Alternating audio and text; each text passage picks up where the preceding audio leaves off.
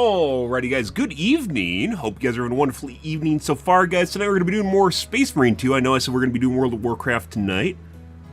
However, I decided... my cameras are all fucked up. My colors are all fucked up. I decided, guys, after we've played so much Space Marine 2, we're going to give a little, I guess, state of the game address sort of thing, for a more forward-looking plan for the game itself, because it actually feels like the game could actually be a lot better than it currently is. Let me fix my colors on my cam here, guys.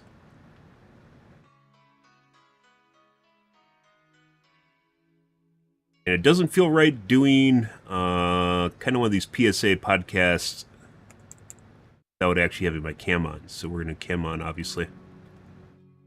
Hope you guys are having a great evening, though. Good evening. Hi. We haven't done the podcast in forever, mainly because things have been fucked up, and my streams have basically been about 3 hours long. And as such, there's not enough time to fit in a podcast while doing basically everything else here. AKA playing games. Anyways, talking about a forward-looking plan for Space Marines 2, guys, here. We're going to make a little video for YouTube here. Make some content, you know, do more than play games. Even though you guys probably want me just to play games. I figured at this point, basically kind of giving a TLDR of my thoughts on Space Marine 2 and basically how they could improve on it, vastly improve on the gameplay itself. The game itself has some very, very kind of skewed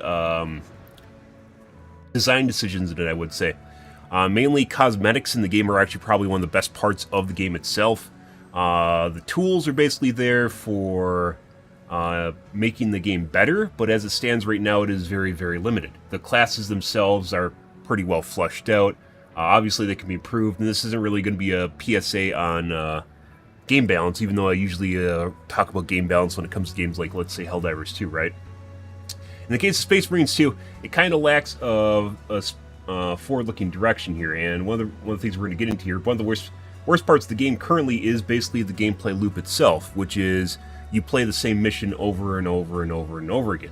So I was contemplating, specifically on like looking at different ways that looking at their outlook on their plan. I don't even have any plans of buying the DLC, because honestly, the DLC, the season pass doesn't even make sense. So if we take a peek here at the roadmap for the game itself, and they have some plans for it, obviously.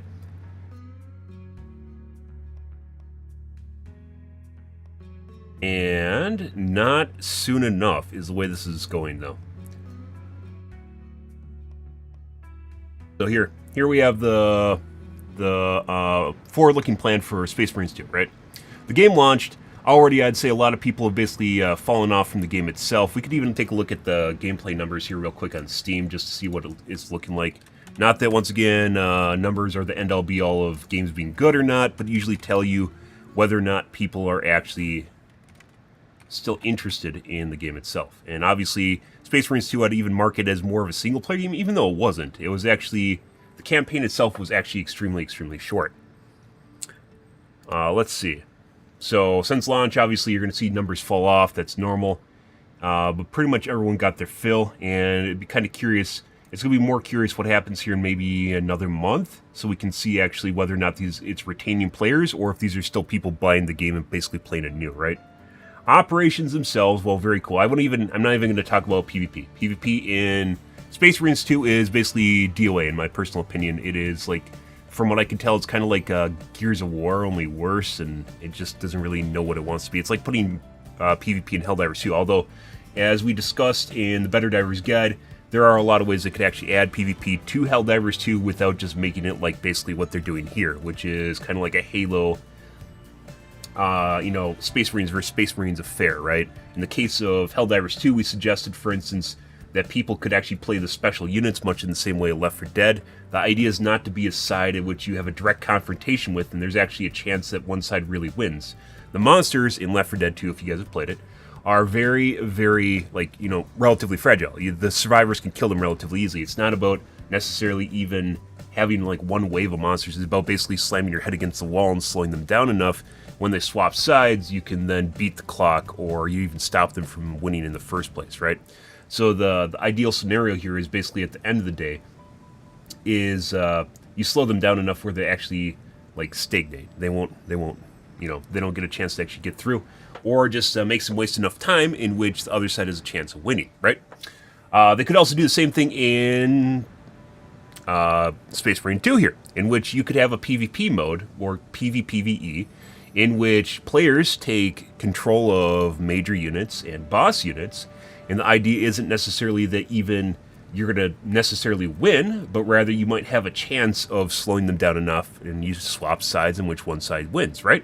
So even in Space Marines 2, you could apply the same system for Left 4 Dead 2, or in other games. Left 4 Dead 2 is the most prominent one that I can think of, which is not a direct confrontation system. I mean, it still is, but it's not in the same way that it's symmetrically balanced, right? Where both sides have a chance of winning. And I'd say in the case of games like this, like a Horde shooter, it actually makes a lot more sense than having something like your Halo PvP, let's all play Space Marines and try and kill each other sort of ordeal, which is what PvP is. Once again, I don't really even plan on playing PvP in any way, shape, or form. That's basically all the picture. I think a lot of people are in that boat where they don't even plan on playing it, or they have lackluster reception when they're playing it itself. So I don't even think that's actually going to be something long-term. It's PvP itself in games is definitely something that can keep games going for a long period of time. It's just like infinite amount of time is more or less the way it works, because the gameplay loop's good enough where it's actually engaging, and then you're butting heads not with AI, but rather in difficulty, the PvE, like, you know, against the environment, but rather against players, which could change things up, right? So that's a lot of replayability games. In case of Space Marines 2, it does not really have it going for it. And as such, that's basically off the table. They could do something like I just suggested, which is also in the Better Divers guide, which we've suggested for Helldivers 2. You'll see a lot of inspiration here coming into play in their current updates currently.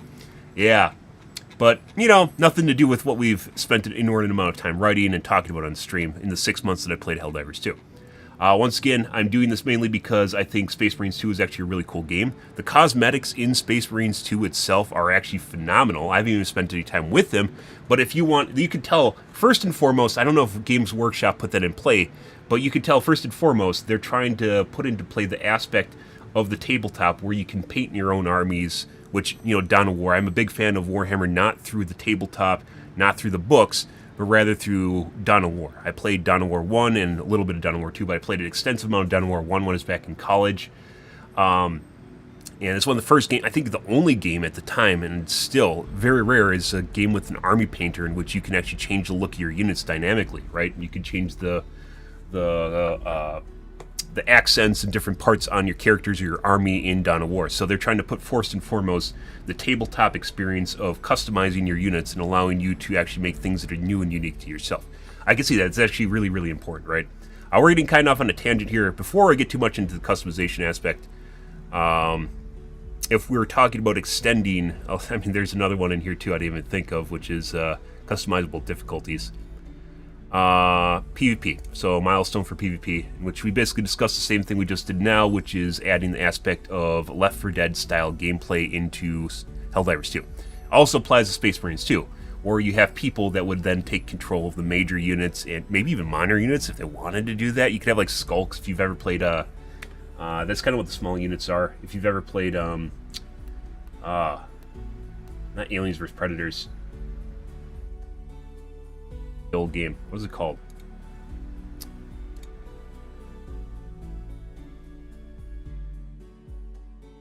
It used to be a mod for Half-Life 2, and then they turned it into a game. Natural Selection 2. Other game, by the way. Oldie but coolie game with asymmetrical sides. Very cool game from a balancing perspective and just a gameplay perspective too. But they could do that if they wanted to. They could add the Left 4 Dead aspect to Space Marines 2, if they wanted to. But PvP as it stands right now, I think, is DOA. It is not something that has really any... It's not going anywhere. And you could try really hard to make it good, like maybe it might just turn into a Gears of War, and some people are really into that, but I think they're just going to play Gears of War. So I really don't think it's ever actually going to turn into anything. PvE, on the other hand, is an experience.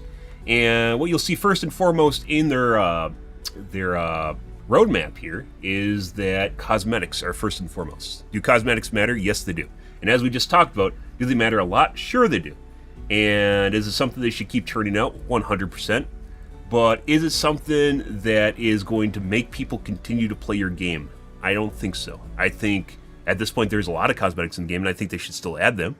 However, adding more cosmetics to the game I don't think is going to make people want to play the game again. The thing that really, really matters right now is the gameplay loop, and people, myself included, which I didn't even plan on playing the PvE co-op, the PvE operations for any length of time, except for the fact that basically I just didn't want to play World of Warcraft. And now I still really don't want to play World of Warcraft tonight, although at this point I got enough knowledge together here where we can give a pretty accurate overview of the game and basically what it's lacking, which is the gameplay loop. The gameplay loop in Space Marines 2 is pretty poor, meaning once you play a mission, you can only do it like 6 or 7 times before it starts getting really competitive.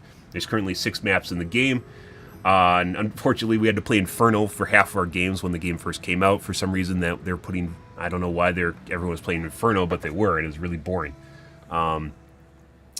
I'd say the chaos, so the other three of the missions were already underplayed, mainly due to the fact that they're already really difficult. The most recent patch has toned that down, so now a lot of people are playing Chaos Marines because it's different, and it's a different experience, right? But in general, what you'll notice is the missions are actually relatively boring. I believe this is in line with Darktide and with Vermintide. I played Vermintide. Which is occasionally they release a new mission. As you can see on the roadmap here, you have a PvE mission, which once again, PvP doesn't matter. PvE mission, I don't even know, the sparring arena I think was just something they could do. I don't think a lot of people are going to use it. PvE missions, PvE mission, so 1. This is plural, so maybe 2. New enemy, also important in the case of Helldivers 2, we talked about that extensively. You need new units to engage with. The difference, obviously there's a lot of differences between Helldivers 2 and Space Marine 2, and I criticize people for trying to make them directly equivalent to each other because, oh, people are just going to play Space Marine 2 instead of Helldivers 2. They're very, very different games. The difference, and the big difference with a lot of games like this that have kind of really cool mechanics, but they don't really have a good gameplay loop, is they offset it with procedural generation. In the case of Helldivers, or not Helldivers 2, Helldivers 2 does have procedural generation, and I'd say the only reason that it's actually able to play Helldivers 2 for 6 months was because they're procedurally generated maps. They're always different. Even if it's the same stuff reorganized in different areas, and every time we found a new tile or a new module, we pointed out that they're basically making up the maps of, or they reorganize how the density of the maps and change them. A lot of stuff we talk about basically before anyone else, any other streamers would talk about it because they didn't notice it. Especially in the first month, I like pointing out that basically I was the only one to notice the tiles were changing when everyone else was legit just, they had no idea what was going on. Because once again, they didn't talk about everything in the patch notes. A lot of people are patch note Andes, to steal a Zoomer term, patch note Andes, where they'll just read off the patch notes, think that's all that happens, and then don't really process anything outside of it because they think that's all they have to do. And that's not really the way it works. But anyways, in the case of Helldivers 2, the procedural generation loop added a lot to the game. It made it very, very different. Even if the first biomes, and they're starting to change now, the biomes that it first came out with were just kind of all read colors of each other with different environmental effects on top of each other, like weather, and basically just toning down the amount of visibility in an area, right? Toning down the amount of visibility in an area and stuff that you otherwise, maybe not take for granted, but it's not really adding much. The new biome that they added in June, I think it was, with Dagobah, I call it the Dagobah biome, which is the swamp biome, which almost looks like Dagobah. In the case of the Dagobah biome in June, they tacked that on there, and it actually added a lot because it drastically changes it. Earth in general has a lot of different biomes, and it very much changes the kind of gameplay you are fighting in. And it actually matters a lot. Biomes matter a lot. But in the case of Helldivers 2, procedural generation starting out with actually changed and made things much more interesting, even if it was very basic at the beginning.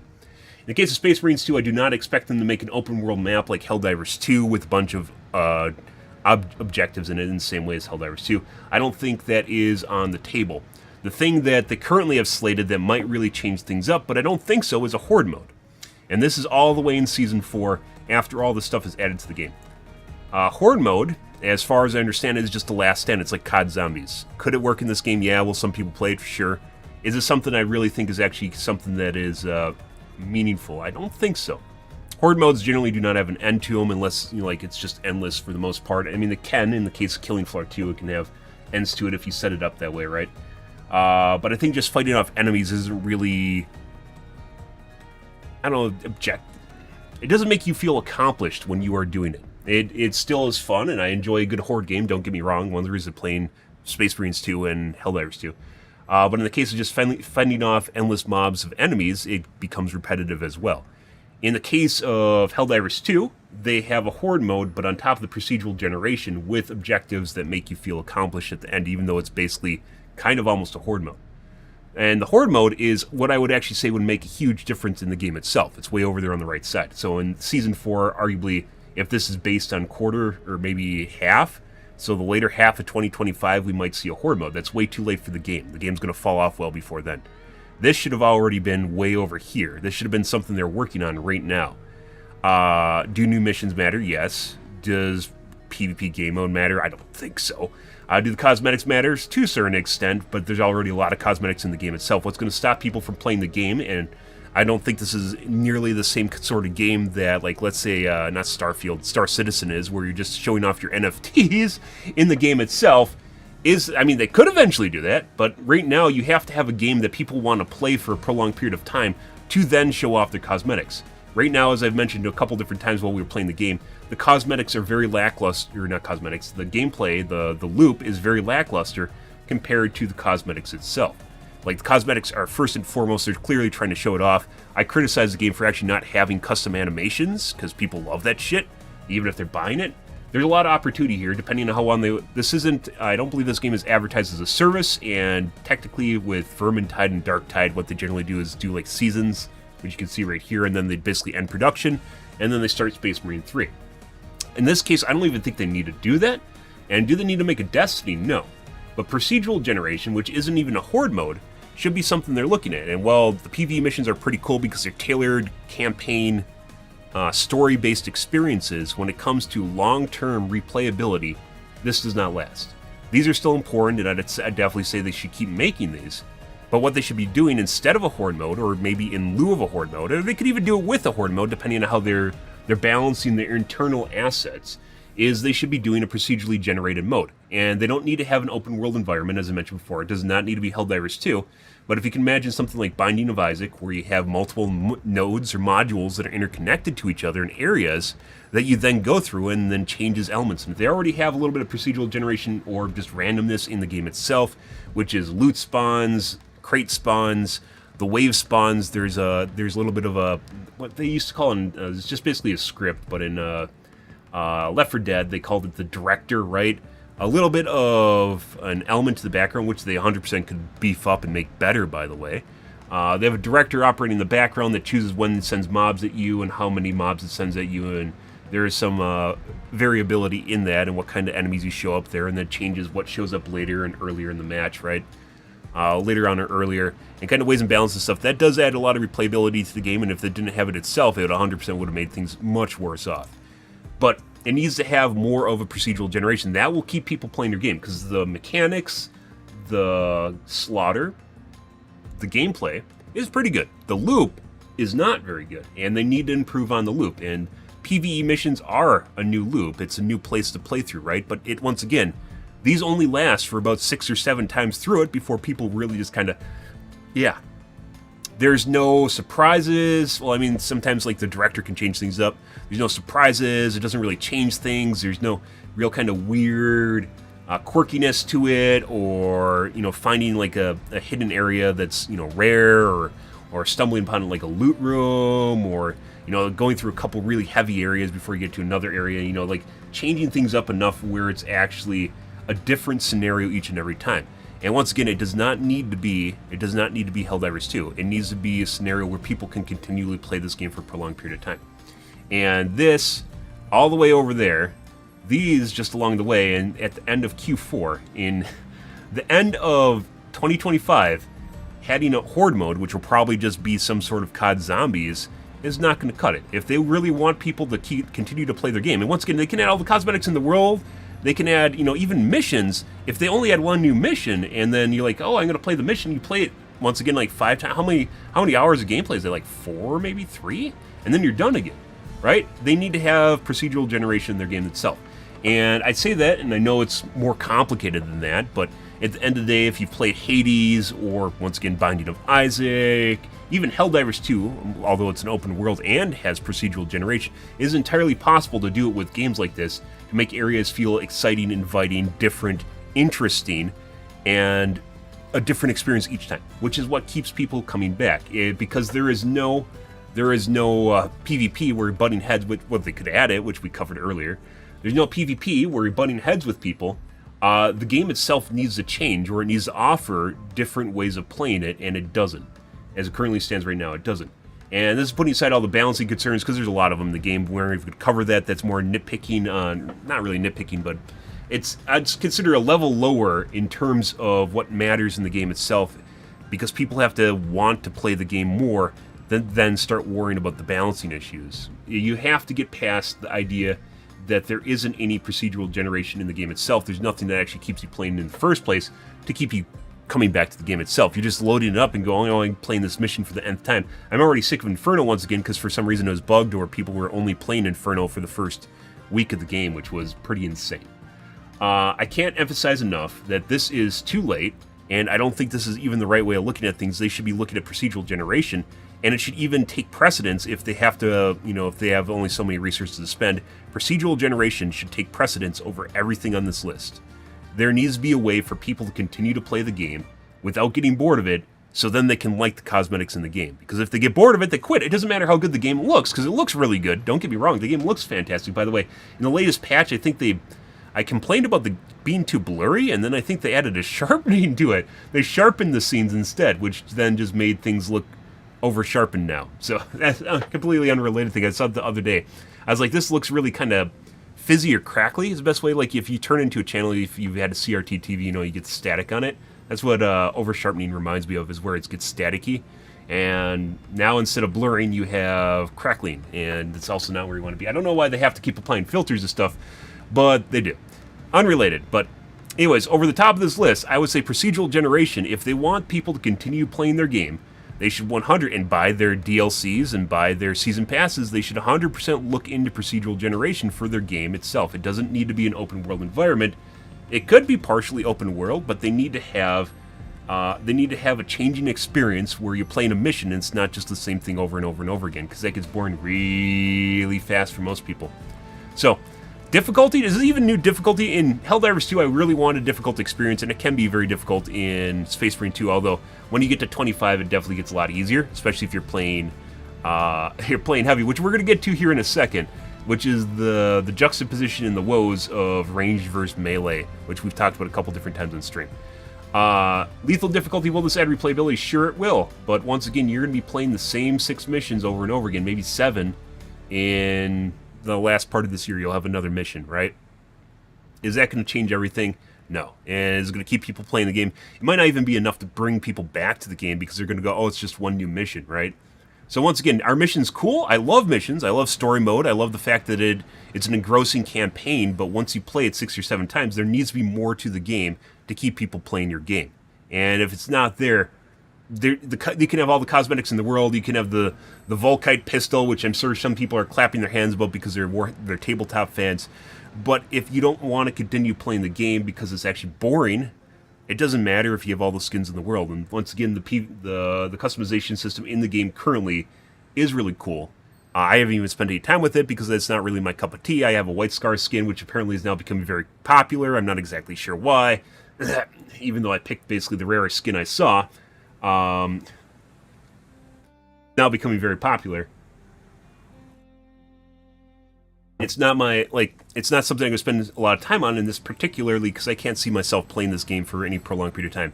We talked about this yesterday, so it's kind of weird. So let's talk a little bit, moving on here, because once again, what really matters and what we have to talk about is the procedural generation for long-term outlook of this game. It matters more than everything else on this list. Everything else on this list takes a backseat to procedural generation, because you actually need to be able to go through the loop multiple times without getting bored. That's first and foremost above everything else. Let's talk a little bit about the woes of ranged versus melee. And there is a pretty big stark contrast. Melee in this game is extremely punishing. It's very skill intensive, which I'm not against, by the way. But the weird thing about this game is it takes so much time to actually get good at it. You're bored of the missions, you're bored of going through the same loop before you even master your class, master the aspects of the game, because you're playing the same 6 missions over and over again. Melee in this game is very difficult, mainly because of the debate windows with the parries, with the unblockables getting stuck in animation, which I don't know why more people don't talk about that, but getting stuck in animation is why you die a lot of times. Or you go for a heavy swing, mainly with the fast weapons, like specifically let's use the Warhammer, the biggest offender. You'll go for a heavy swing, and then the guy will actually trigger, whatever you're fighting will trigger an unblockable, an unparryable attack while you're mid-swing, and you can't roll. It doesn't matter if you react to it. You physically can't roll. The key doesn't work. It doesn't do anything. You can parry. You can execute out of a heavy swing, but you cannot roll. You cannot dodge. So you just eat the damage, despite the fact that you started a swing prior to seeing the unblockable attack, and you lose to it because it's still going, and you can't dodge. You can, however, parry and then dodge, which the parry cancels your swing, and then so you can use animation cancel. You parry cancels your swing, and then you roll. I don't have it down to perfection or whatever, but you can 100% do it. We've tried it; it works. However, it's backwards and not something that should happen in the first place. You also cannot quick shot. The quick shot icon appears after you go into another attack, which then means that oftentimes you won't actually be able to respond to it. Let's say, especially if you're in a heavy swing, if you go into a heavy swing while you're quick attacking, or heavy swing, and you see the quick shot icon pop up after you start swinging because the game lags, you can't cancel your heavy swing to then quick shot. You probably parry, which I haven't done. You could probably parry then quick shot, but what it means is, so animation cancel again. What it means is you do something, which then, like, if you melee, which isn't always consistent, mind you, you melee enemy units and you knock them away, and then one of them you can quick shot, but you go into a heavy swing because you don't see any of the icons pop up right away after you knock them away. That means you then lose out on an armor piece, which when you're in melee is incredibly important. It's absolutely fucking important that you are able to quick shot to get your armor back. And regardless of what people said that quick shot doesn't have iframes. The iframes are not for the full duration. There's a spot at the beginning and the end in which you will take damage. It's too short, but there is definitely a spot in between where you won't take damage. The enemies back off, which is a sign they can't attack you, and I've legit seen enemies lunge into me and not do damage to me in the middle of the quick shot, where they'll just like fall off your screen. So there's 100% iframes in quick shot. It's just not the full duration, which is why you get hit at the beginning and the end of it. You can get knocked out of it right when you're starting the attack, but right in the middle, there's definitely iframes. It's 100% iframes in it. That aside, once again, quick shot is incredibly important because you need to be able to respond and get armor back, which keeps you alive. When you're playing melee, you need the armor back to stay alive. And because the game is, once again, one of the problems and why it's so punishing in melee, despite the fact that it's not actually, it's not that much reward. So risk-reward, right? In the case of melee, it is extremely punishing. You have enemies flying at you constantly. You have to constantly go through your QD keys, QD events of, dodge, parry, quick shot, being able to respond to everything, and then at the same time trying to get some damage in on top of it. And then at the end, you'll realize that you pull maybe 11,000 damage. Meanwhile, heavy and tactical are pulling 15 to 25,000. I had a 26,000 game as heavy yesterday while playing with the Melta off stream. While playing with the Melta, I don't even have the artifact Meltas yet. I'm on purples right now. I had a 25k game against Tyranids. I believe it was on Inferno at the end of the game. And when you play heavy, when you play melee, no one climbs basically above 11k. It doesn't matter how much you're doing, how much damage you're mitigating, you just don't get the numbers back for it. So even when you're doing things perfectly in an extremely punishing system, which honestly the only upside to melee is it looks really cool. Once again, cosmetics being ahead of the actual gameplay, mechanics, the loop itself, and just much better than everything else. But you don't realize when you're looking at it, it looks really cool. But in reality, when you're playing it, you realize you're getting tossed around constantly and fucked with. And there's almost nothing you can do. We talked about the extensive nature where basically when you get past like 2 attacks, so like let's say a light and heavy attack, one after another in a chain, there's a bunch of like the gauntlet, the chainsaw sword, the war maul. There's a bunch of attacks that you take more time than that, but what you'll realize is you'll either run into a quick shot, a parry, or an unblockable attack where you have to move, or your character gets stuck in the case with the gauntlet and doesn't move forward, so then you just miss your next hit.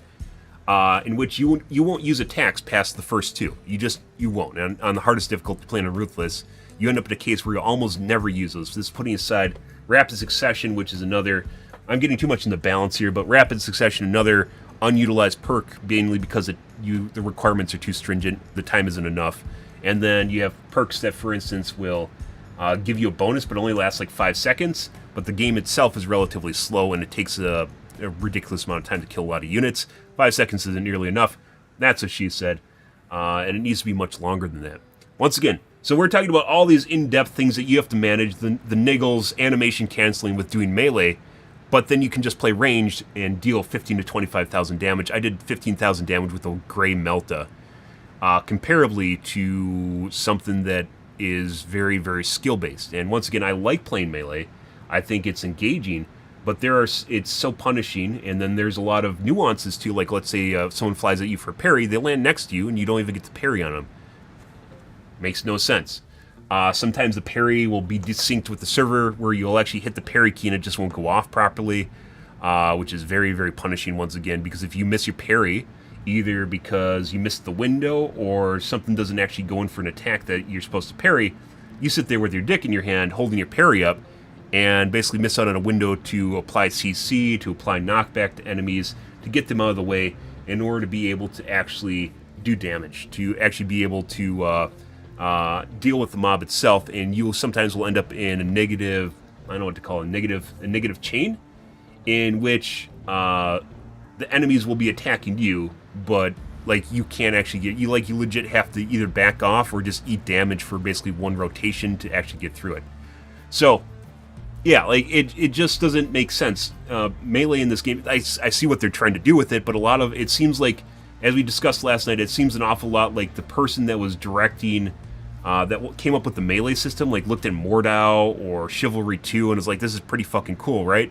But then they didn't take into account the fact that you're basically getting attacked by 10 units at the same time, and it's not a 1v1 anymore. Can you kind of 1v1? Yeah, if you're like 1v1ing a boss, or maybe even then sometimes you can't. A boss or a major unit, you can 1v1 them, and it kind of works out, putting aside the jankiness, which we just covered. Kind of works out, but when you start throwing in all the fodder units, it doesn't make sense. A lot of what's going on in the game, the melee system was not designed for a horde game. It was designed for a 1v1 Mordau experience, and that's not really what the game is. And I think there should be skill involved with it, and I think it should excel at skill and actually be much more skillful, or much more rewarding for people that are good at melee, because it's harder than ranged. But there isn't really, you don't do the numbers. Even when you're doing well, you still don't do the numbers. Meanwhile, you can trout around as ranged and just obliterate everything.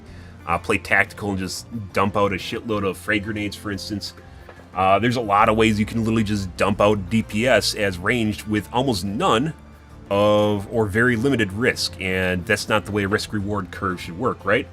And I definitely do think, once again, we aren't going to get too much into the nitty-gritty of balancing, but in terms of risk-reward, range needs to have a DPS nerf, and melee needs to have a DPS buff. And maybe even when a really good ranged player, or excuse me, a really good melee player should be able to over-excel and do a lot more numbers than a ranged player can. You are paying for the privilege of a reduced risk curve. And it makes a lot of sense if you actually, believe in risk-reward and believe people should be rewarded for skill. Ranged, unless you're talking about poking eyeballs, and even then, like, the amount of keys you're pushing as melee is completely different than ranged, and it doesn't remotely make sense. And I understand that you still want to have an engaging experience, and maybe they should just leave ranged where it is in terms of DPS numbers, and then just super buff melee to bring them up. If I can't pull 25,000 with a Warhammer... yeah, if I can't pull 25,000 with a Warhammer, then what exactly am I doing with a Warhammer? You just play Bulwark. Bulwark, in my personal opinion, is one of the most OP classes in the game. It has nothing to do with the fact that you pulled ridiculous numbers. You can do the same numbers as other...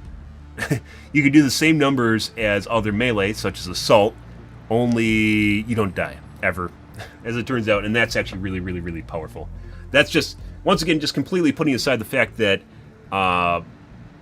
ranged isn't, like, it just, you don't have to do the amount of work. You just pull the trigger, and that's it. There isn't really much to it. And I'd say, actually, like, playing Plasma was actually much more skillful than playing Melta, and you could add mechanics to the classes themselves to make it so there's skill expression involved in it too, such as Melta, you have to line up units, and Plasma, you have to charge it up and lead the targets, although they increase projectile flight speed, which, once again, if there's more skill involved with it, then you can add more damage to it, right?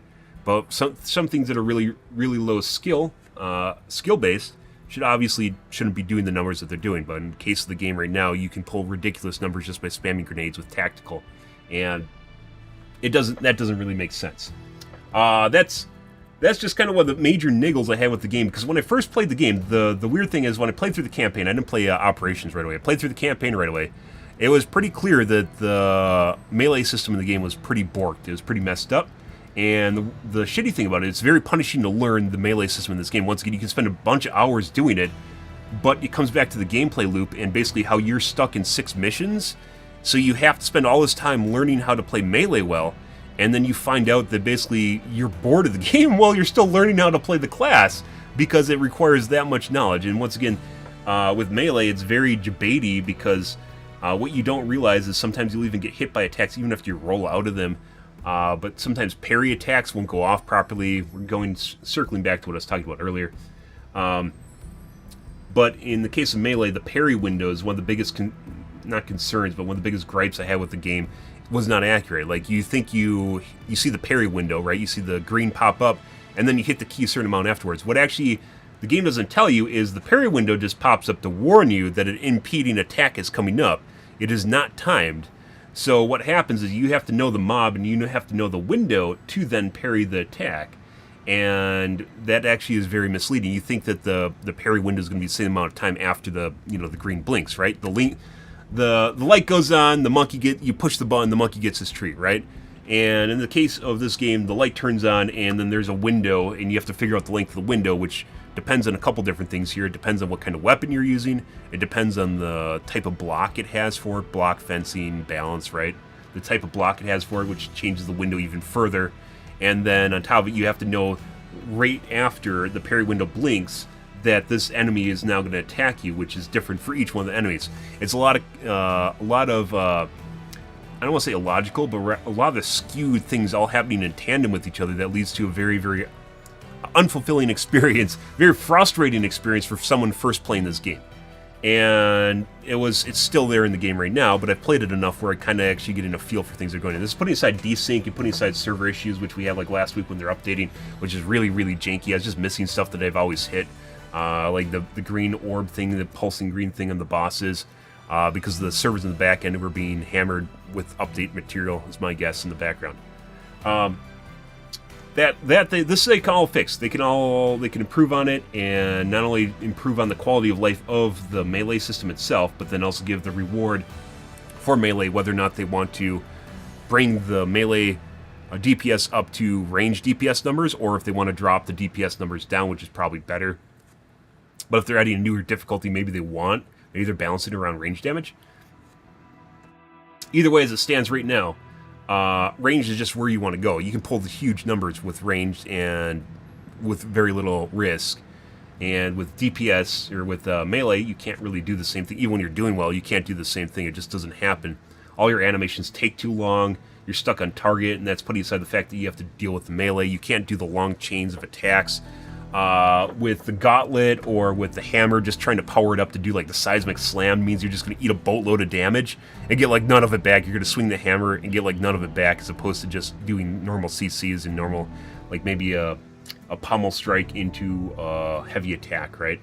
The numbers aren't there. It just doesn't support it. You think you're going to do a lot and you just don't, and then you eat a boatload of damage along the way. There's almost no ways to get health back. It's extremely, extremely punishing, which is the way you have to get it back is with a quick shot. But once again, you're in a heavy swing. You can't quick shot. Although thinking about that like earlier, I should parry to cancel my heavy swing and then quick shot, which actually would probably just work, because animation canceling, once again, which shouldn't be in a well-developed game, shouldn't actually be a thing. Animation canceling is usually a sign of a broken system that people are trying to get around. But anyways, podcast tonight, guys. I really wanted to cover a long-term look at this game, and one of the reasons that this didn't, personally for me, guys, this game did not feel like $60. Cosmetically, it feels like a $60 game, but the loop and the gameplay itself is not there at a $60 game. It was maybe a $30 or $40 game.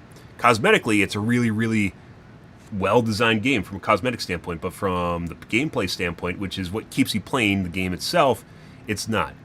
And this is all these things, you know, the lethal difficulty isn't going to change anything, to be perfectly honest. I mean, this is nice, but you have to have a loop that people want to play in the first place to then appreciate higher difficulty, right?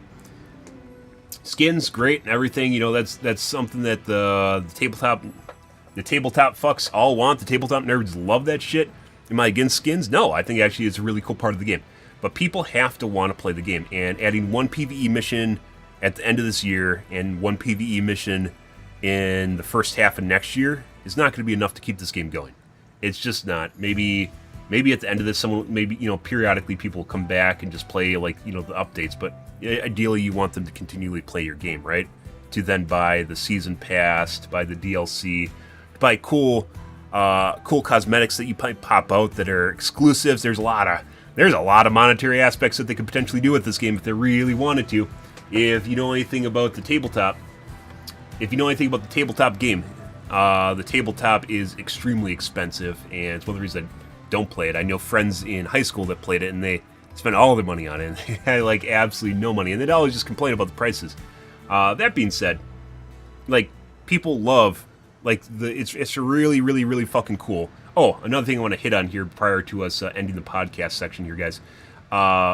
It's really, really, really, really fucking cool seeing, like, your unit actually, you know, playing through the game, and there's little, like, the elevators are perfect for animations, by the way. They don't have any custom animations. There's no doodads or moving around or, you know, doing a little shuffle or whatever in the elevator itself, or uncomfortable dialogue. There is some uncomfortable dialogue, but putting that aside, one of the coolest things about Dawn of War, I will say this prior, and we talked about last night, one of the coolest things about Dawn of War is the philosophical bullshit. It is everything they spout in combat, their righteous zealotry towards whatever they believe in, and how they're willing to accomplish it. You know, right? Just like a Stardust, like the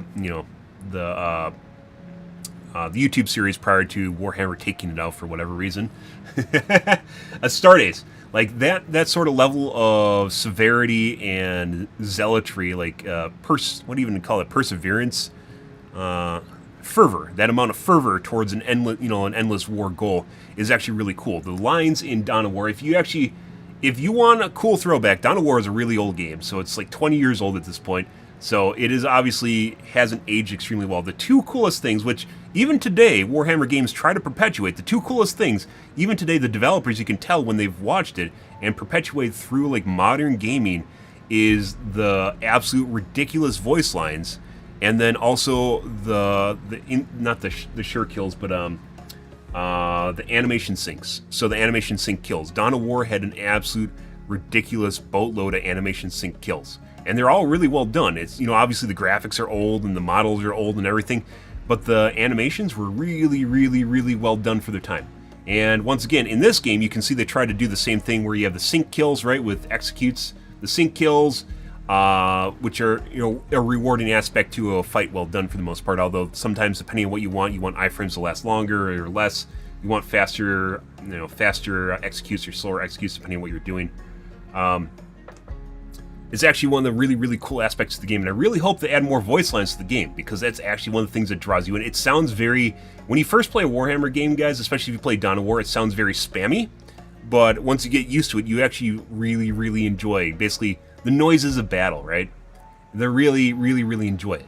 And it's not really in the game right now. It's kind of there, but voice lines, if you've played Hades, you know how much dialogue matters, and dialogue matters an absolute boatload. But this is, once again, in kind of lieu or to the side of having a gameplay loop that works. First and foremost, prior to all this kind of like sub-level stuff, I would say, in terms of, you know, new PvE missions, which are like story... This is not even PvE missions. New story missions. This is new story missions. Let's set that straight first.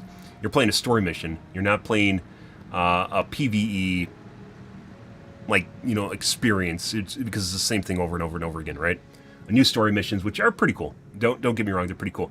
First and foremost, what really, really, really, really matters in this game is they need to have procedural generation, and I'm not talking about it's going to magically make a story mode, but rather you need to have something like Binding of Isaac, Hades, even Helldivers 2 does it too, but they do it on a much bigger scale.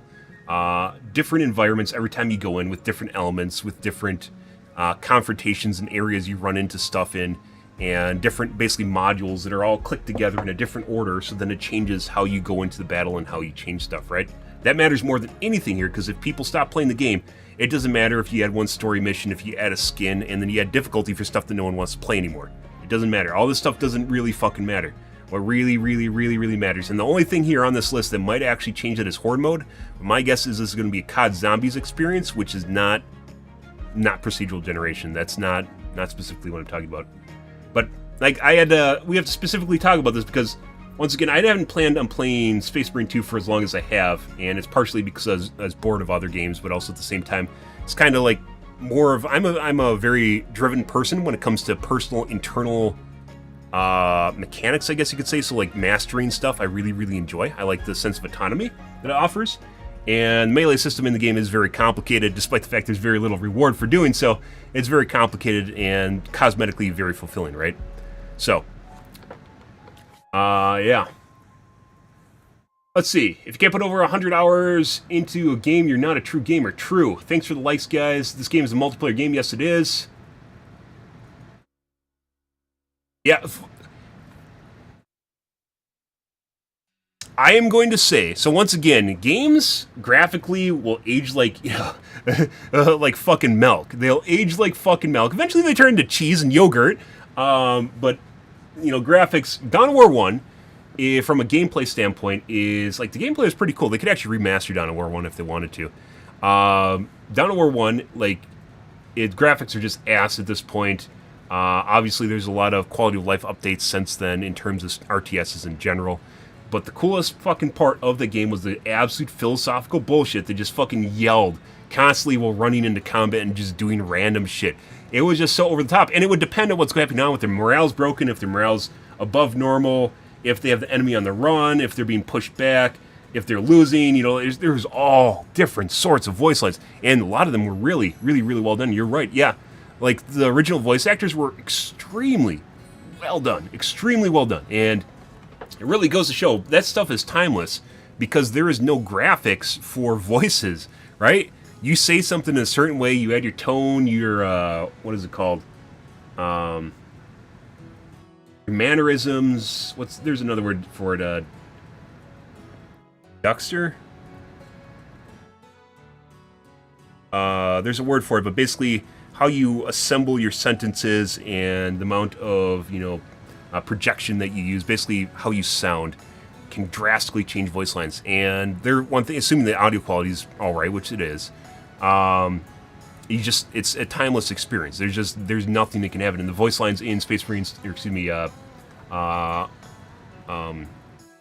Dawn of War 1 was very good. Space Marines 1 was also very good. Graphically, not that great. I played it on stream. That was a long time ago. Played it on stream. We played through it mainly because I like Warhammer, but not necessarily like super great game. It was actually after Relic went under, and it was actually surprising that Space Marines 2 actually came out. I think Relic went under, and then someone else made a new Relic, or Relic basically became another company or something like that. But, yeah. And... ban? Bye. Yeah, fucking weird. Absolutely fucking weird. Just absolutely timeless experience. I think it would have been better to have World Bearers or Black Legion somehow linked to Neverest Warband. I actually, so at one part in, like when we were going to the Ziggurat underground, I actually thought that it was a teaser for Chaos, or not Chaos, for Necrons. They could add a lot of like really cool teasers for Tau and Necrons. By the way, there's a lot of... Dawn of War has some really cool fucking races in it, guys, and Necrons, pretty fucking cool. Tau, pretty fucking cool, right? And, yeah. There's a lot of opportunity where they could actually add that into the game as teasers, even if the races aren't there. As you know with Helldivers 2, they don't really have stuff that's complete when they're still teasing it, because they know that you could just kind of hook people on the idea of something. That's all you really need. But once again, you can do all the cosmetic stuff in this game you want, but what really, really matters and what keeps people playing this game is the gameplay loop. And prior to any of this, I would actually put all hands on deck for procedural generation for this game. and not a horde mode, procedural generation. So if you can imagine the way you have PvE missions now, obviously it won't be story-based because it'll just be random gibberish, but, well, depending on how they do it. But this horde mode really should be all the way up here, and it should be procedural generation PvE, like it's PvE mission mode, is basically what it should be. So you actually have a chance to play new and exciting experiences every time, and then they could add new biomes on top of it, where it changes kind of the weather and what's happening, which there is already weather and whatever that one is with, I think it's the train one, right? Where you go through the areas and you have sandstorms, more or less, right? But you need to have that so people actually want to stay interested in. The cosmetics are really cool, and I would actually say the best part of the game is the cosmetics, as we've talked about before. Cosmetics are the best part of the game, but people need to have a reason. This isn't, shit. Not Outlaw Star, what the fuck, Starfield, Outlaw Star. Star Citizen, the other fucking game. This isn't Star Citizen where they're selling their NFTs. You need to have a reason to play the game, guys. And people are already sick of the missions. You know, they can only play it maybe 6 or 7 times before they're sick of it. And there isn't a lot keeping them coming back and wanting to play the game. And it doesn't matter what kind of skins you have in the game or what factions you have represented it or whatever. But, yeah. Thanks for the follows, guys. Yeah, and there's a lot of stuff they can do with Warhammer. I've talked about this before. Let's completely put aside Space Marines 2. Space Marines 2, Dawn of War, completely put aside these games. Warhammer is an IP with, what, 300 plus books for it. It is absolutely lore heavy as fuck and really, really cool. You can actually tell on Twitter, like all the tourists that are basically showing up at the Warhammer universe because they just found out about it. And honestly, my personal opinion, 40k is much cooler than Warhammer. I think Warhammer was just V1, and 40k is actually the best version of Warhammer. Personal opinion on that. But yeah, like, it is an absolutely engrossing experience, and there's absolutely more than enough lore and material for them to build upon. More material for them to build upon, and, you know, it's basically already written for them. There are tons and tons and tons of Warhammer 40k games over the years. There's tons of them. Almost all of them they're bad. I'm just going to straight out say a lot of them are just shit. They just suck. You can tell that people are really, really interested in the Warhammer universe, and they try to make a game, but as it turns out, they really can't make a game, and that's happened multiple times over the past. It's probably one of the better Warhammer games that are out there that ever emerged. It was probably Space Marines 2. Space Marine 1, as I played through it. It was alright. You swung a hammer, you ran around as Titus. It was actually, you know, it was a good Warhammer experience, but is this something where I'd be like, yeah, this is like groundbreaking? No. This is probably one of the first games where it actually represents like a AAA experience. But the thing is, the gameplay loop isn't there. They have, like, classes, which, you know, putting aside, once again, we aren't even hitting on the actual... Like, I'd hit on range versus melee in terms of, like, an overall meta, but not even about all, like, the perks and everything underneath them, right? That's just noise at this point, because you have to figure out the rest of the game prior to being able to actually tackling the smaller stuff, right? And what really matters here is procedural generation. If this company wants this, like, let's say this to be a service... I mean, the graphics in this game are phenomenal. This is on the Unreal 5 engine, right? Is this on the Unreal 5 engine? Let me check real quick before I say that. Games are on Unreal 5 now. Space Marines 2 engine. It's probably not. What do they use? The Swarm engine.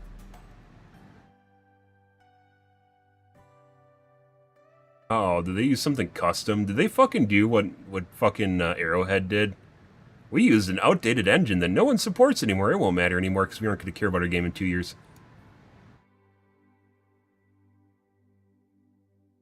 Engine. Form engine. They made a custom engine.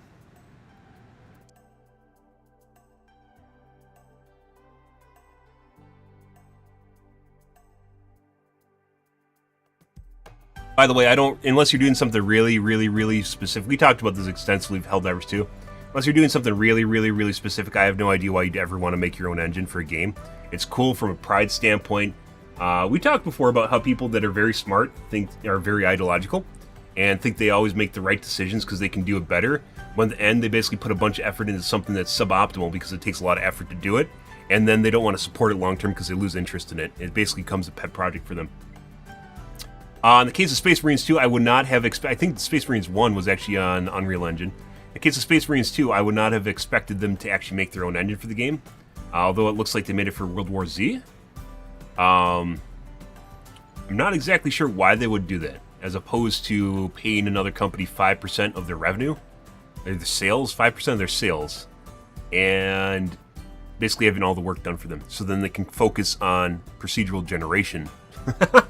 So people continually play their game. So they don't stop playing the game, so then they can print more money, print more cosmetics. So people want to dress up as a Space Marine for conventions instead of a Helldiver for conventions, right? Although Space Marines have been popular much more before this game was, right? Hence where StarCraft is based on most of this stuff.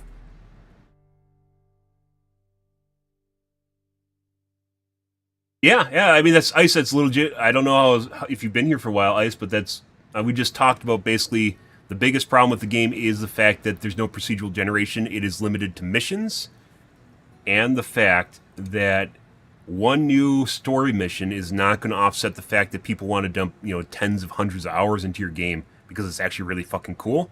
And all you have going for it is 6 levels that they play through over and over again. I'm not a big fan. I don't want to say a big fan. I'm not a big proponent of always needing to have like new levels. In the case of a PvP game, that's not usually like the end-all be-all of stuff. In PvE, however, you are playing against enemies, and the enemies not only need to be different, but your environment needs to be different, so it feels like you're tackling new and different areas, right? In the case of PvP, people are the new enemies. They're the new AI. Even if they oftentimes do things, sometimes they do weird shit because people are fleshy human meatbags that just beep boop in their brain, and yeah, it actually really, really, really matters. Let's see. Think about buying it in a couple weeks. I honestly think it is worth it. Angry, I would actually say no at $60. And once again, it's particularly to the gameplay loop. I don't think the campaign is actually really fucking short for if you wanted to buy a game specifically for the single player experience. The campaign is really short. Once again, everything in the game looks really cool because it does. Everything is really, really well made, but once again, it comes down to the gameplay loop and the lack of actual stuff to actually play through. And I would say this is probably a $30 to $40 game right now. The cosmetics, I would say, are much more than $30 to $40, but people actually want to do... This isn't Star Citizen. People want to do stuff with the cosmetics, right? So I wouldn't actually say it's even worth $60 right now. It's actually, after I played through the campaign, I said that actually kind of felt like it has a really good reception. However, when I played through it, it did not feel like a $60 experience, and I wouldn't pay for the I would pay $100 of the season pass and whatever, because it's honestly not worth it. Even looking at this, guys. So if I were to base this purely on the roadmap that they have currently assigned, do I feel this is worth $40 to get? Let's see, 2 new story missions, maybe a harder difficulty for the missions I've already played a shitload for. Arenas I'm not interested in. PvP I don't think PvP in general in this game is gonna, unless they shift it, which we talked about earlier, into a Left 4 Dead experience, which I think would actually work out phenomenally well for this game. PvP as it stands in this game, trying to do some sort of really kind of crappy version of Gears of War, or just not Halo or Gears of War is not going to work out. The game's not made for PvP, and you can, just like with World of Warcraft and MMOs, you can absolutely just grind away at it, and it's just you're basically running into a completely different experience that a lot of people aren't even playing your game for. And could they make it much better? They could. 100% could. If you know Left 4 Dead has, it's not necessarily 1v1 sort of experience, team versus team, Space Marines versus Space Marine. It's rather you play the baddies and you try to stop the people from, achieving their objective, and maybe you can, but most of the time you can't, but it stops them from using all their time up, and then you can swap sides, and then you try to do it faster and you win, right? There's a lot of ways you can do non-mainstream PvP in games, and I think they're very fitting to horde-based games because horde-based games are very different, right? And in the case right now, trying to just tack on Halo, Gears of War, it's not going to do it. This stuff that they have lined up here, I don't think is worth $40. To be perfectly honest, it's not a brand new game in my personal opinion. The season pass is not actually, like, I guess. So I take that back. So the season pass is cosmetics. So all the stuff tacked at that, I thought it was this stuff too. No, so this is free. All the stuff on the bottom here is Cosmetic. I thought they're going to add new classes, too. New enemy. New enemy.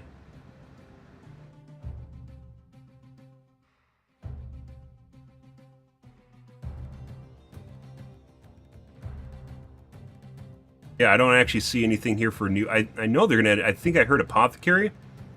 I know they're going to add a new class. Also very important, by the way, for longevity of your game if you plan on this game lasting more than just, like, let's say, spitting on a couple missions and that's it.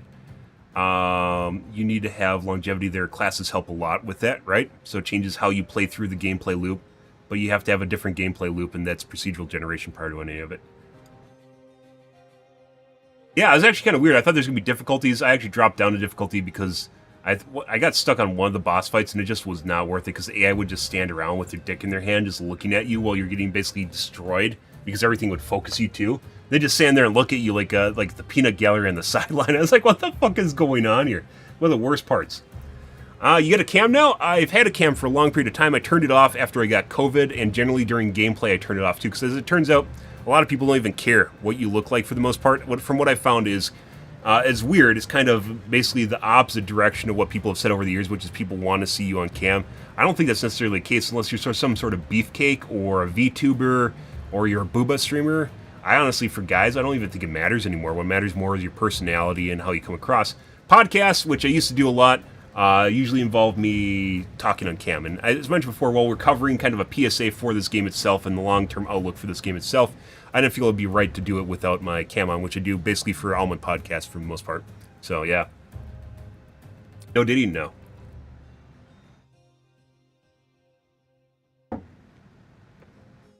I imagine 2 new enemies will be Orcs and Necrons. Orcs, Necrons, Tau. Tau, I think, is actually a really... That's a good one. I think a lot of people like it. If you look at social media, Tau on social media is actually pretty much hit it out because they're semi-attractive and they're like Drawny or something like that. Yeah, but super futuristic. Also in Dawn of War, if you played that, super futuristic race and pretty cool to play because you wouldn't expect anything to be more advanced than Space Marines, right?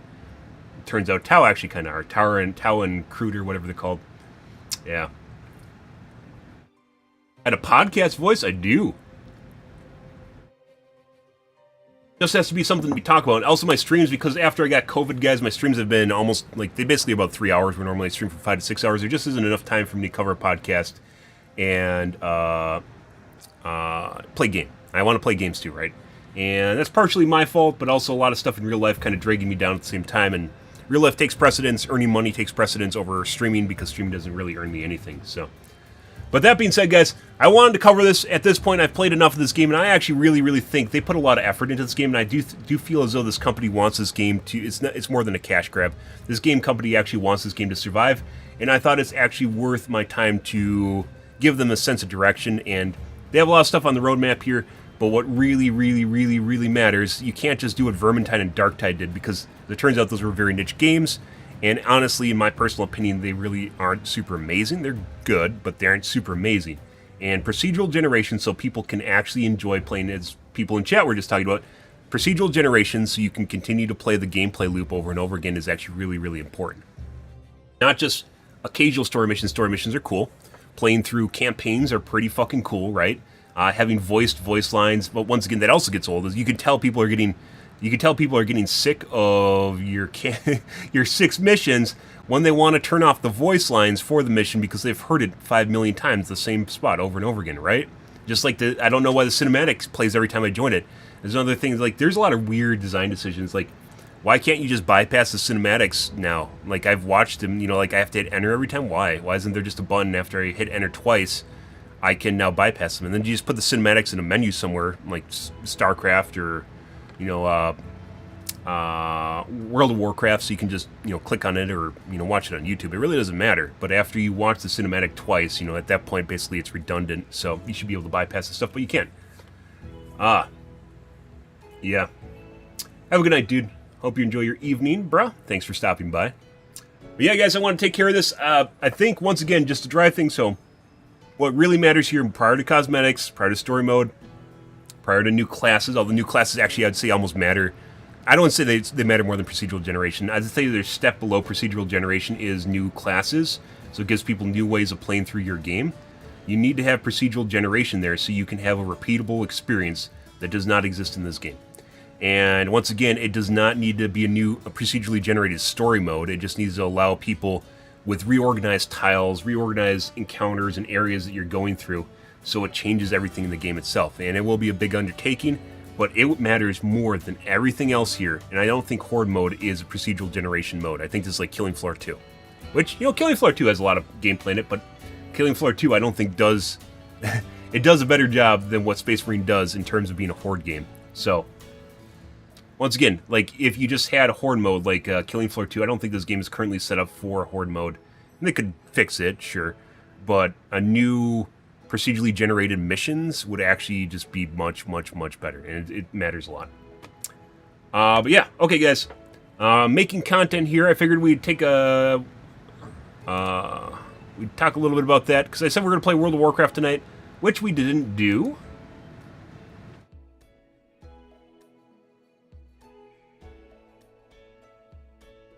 They want to hang on to their player base, they need to do more than offering a mission. And cosmetics are not going to do it. You know, the new people that play the game will be like, oh, new cosmetic. Actually, they won't even know. It'll just be the new experience. But everyone else playing the game is probably not going to bring them back. They need procedural generation in their game. Okay, let's get all the podcasts here, guys. I do want to play some games tonight. We're going to print this content for YouTube, so we can get it up there and maybe get 100 clicks. I've been joking. 100 clicks here. 100 clicks here. Let's see.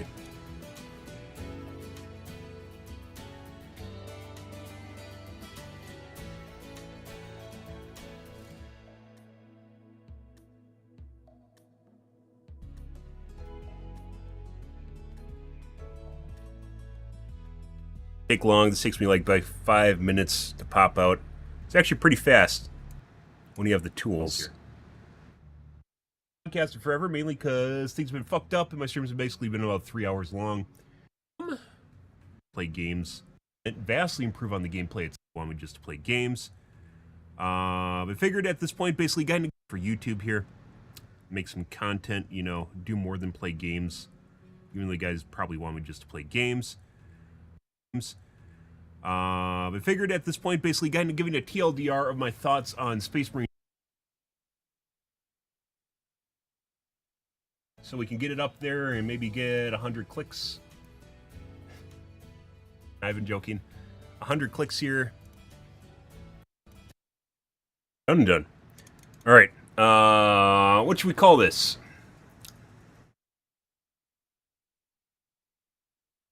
Nice clickbait title.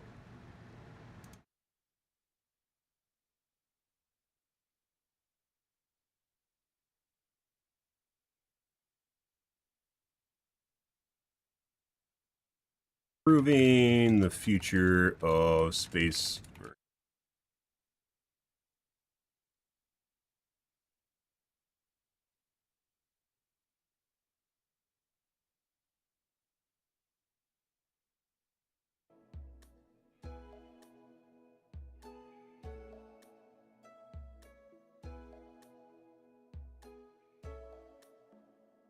Roadmap of Space Marines 2. And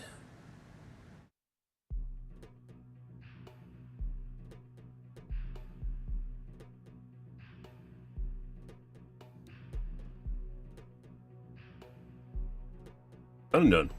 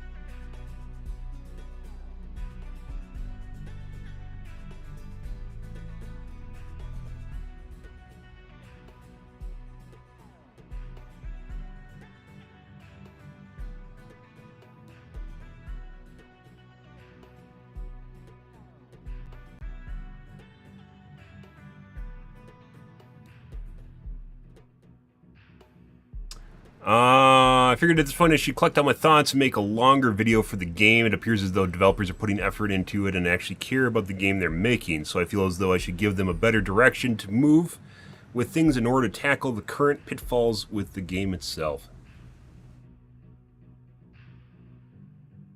Longer one, but well worth it. Well worth talking about. Procedural generation revamp to the PvP system and long-term outlook to keep people playing. Fun. By the way, guys, it absolutely, if you are a single content creator creating a highlight on Twitch and then exporting it to YouTube, instantly, like, because the clipping tools on Twitch are basically above par of everything else in the industry right now. Not clipping tools, highlighting tools because you can basically edit the video live, is one of the best in the industry, I would say, having used multiple platforms right now. Some are just absolute crapshoots, even YouTube. But using the tools on Twitch and then exporting your video, you can basically get it up in like 5 minutes. It's pretty fucking impressive.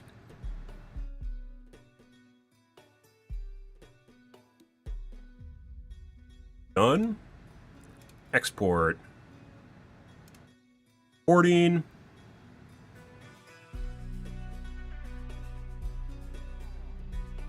We haven't done a podcast in forever, guys. There's a lot of tech tubing you have to catch up on too.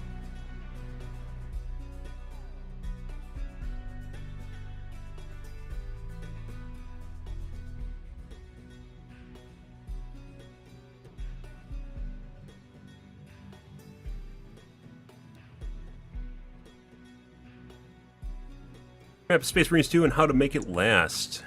Yes. Snip this now. I'll take this as well.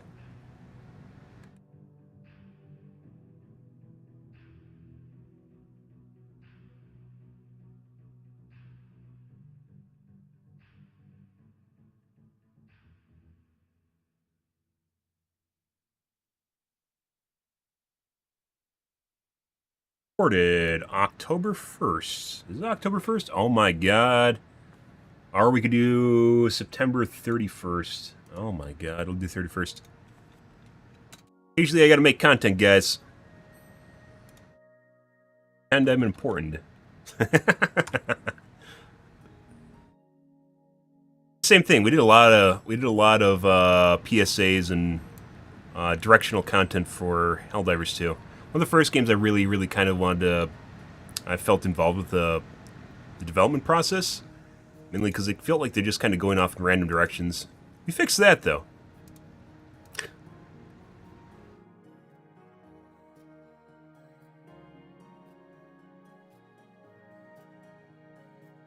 Eggs now.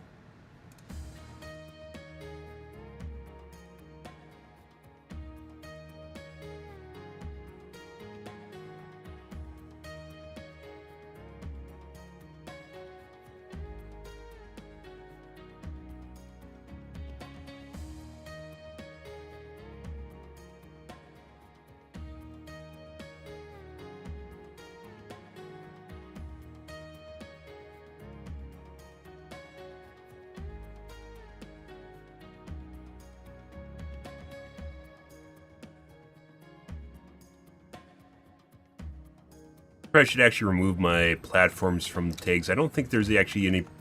Maybe some people do search based on tags for platforms. I don't think they do, though.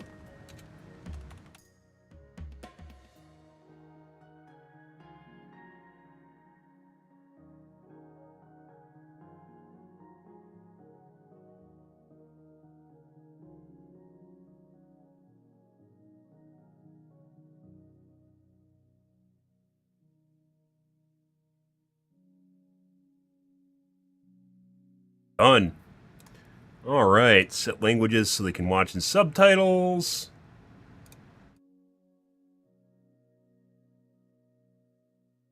English, not Queenglish. Eh.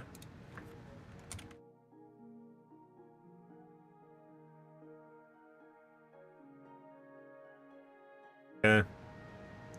Done. Done and done.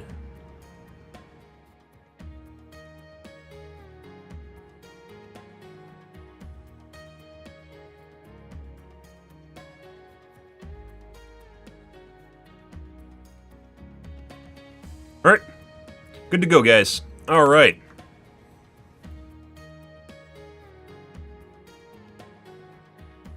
But by the way, guys, if you're looking for new races for Warhammer, Necron and Orcs are usually the Chaos being probably the big go-to, right? Necrons and Orcs are fan favorites for sure, but I'd say Tau are really, really what the new kids are interested in, and people in general. Especially because not many Warhammer games have Tau in them, too, even though they're actually a pretty cool faction.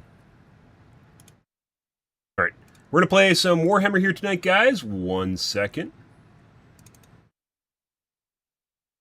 Ah, yes. Just in time for me to be done with my coffee.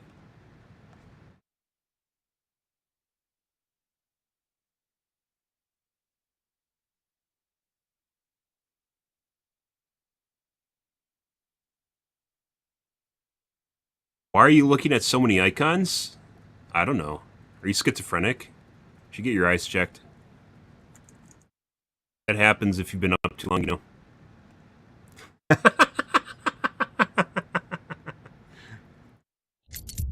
Oh! You guys want to see a magic trick? Want to see a magic trick? Yeah, Tau honestly I think would actually be like you suspect like Necron and Orcs, right? The good go-tos, right? I actually think Tau it'd just be a good change things up. Straight up.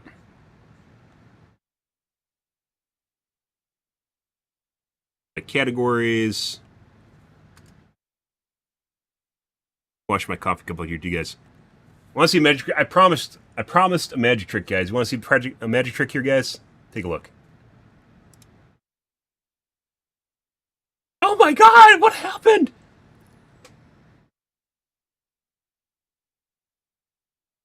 Mind blown. Okay, I'll be right back. I gotta take a piss.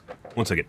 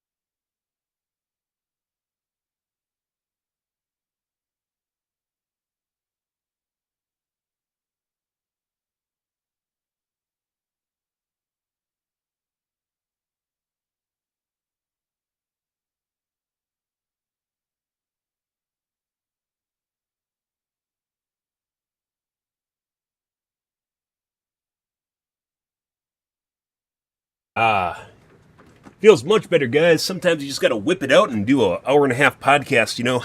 Oh, yes, I missed that. Ready.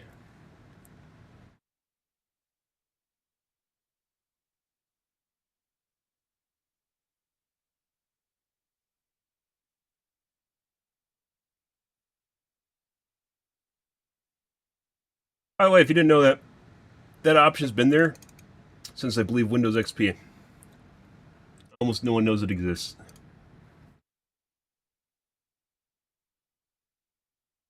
Good.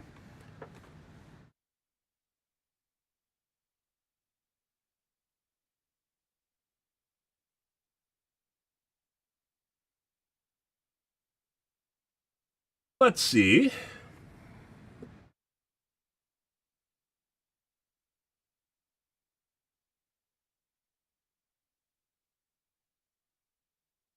I haven't completely leveled up the Melta yet, guys. Working on it. Yeah, kind of a sad realization over time, though, is I think a lot of people just don't even care if you have a cam on anymore if you're a guy. Also, I think cams kind of take away from your gameplay in general, which is why I generally only cam on podcasts now. So we almost finished leveling up the Melta. Melta is obviously very OP. Actually, I think the Plasma is basically on par with the Melta now, just in a different way. Run out of ammo pretty fast. I was actually contemplating swapping our tree for the Melta. Maybe do the emplacement tree.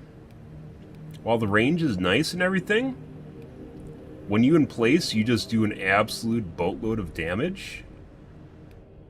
And obviously, it's situational. I want to see what happens after we get the HP regen. Matter. That doesn't really matter. That doesn't matter. Might matter. No, that's melee damage. So, after killing an enemy with major enemy with a melee weapon, I don't know if this includes execute. The wording on some of these perks are really kind of vague. A melee weapon is technically what you kill enemies with when you execute them, but then sometimes you're also killing them with their, you know, tentacles or whatever, right? So that doesn't even make sense. You might... A lot of these perks, you have to kill them with the weapon, which means when they're executable, you still have to kill them with the enemy weapon. Or the melee. You can't execute them. I don't know if that's an oversight or something they actually wanted to actually be in the game. Ammo reserve. So we might go top tier here, guys. Purely so I can switch into sicko mode and just start popping out a boatload of damage if I need to. Which actually might be useful.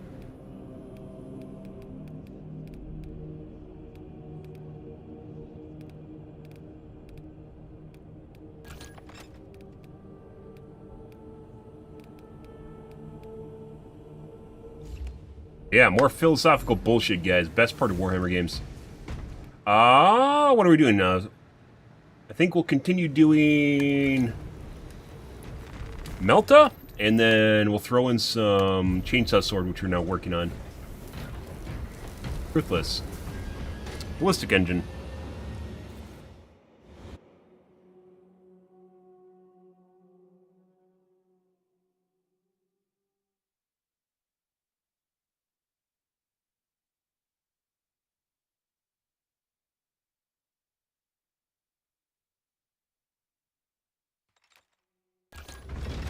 Have overlap.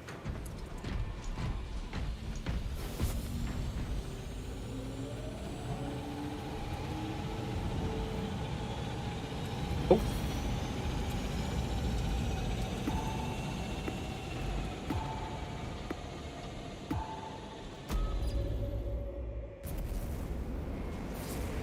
Yeah, when you're doing like 2.5 times the DPS of a melee as range, there might be something going on in the game, guys, that needs to be addressed.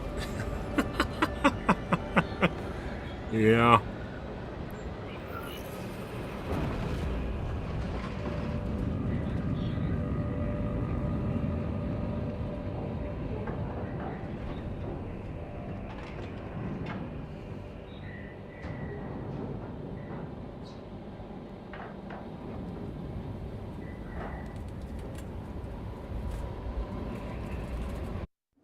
Right. Retaking those sectors is a lost cause. Better. Bombardment from orbit risks collateral damage, so we need a more targeted he has some lovely black boots, guys. Wow.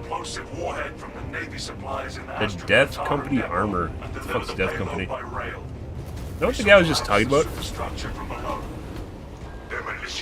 Black Legion. There's 5 million factions.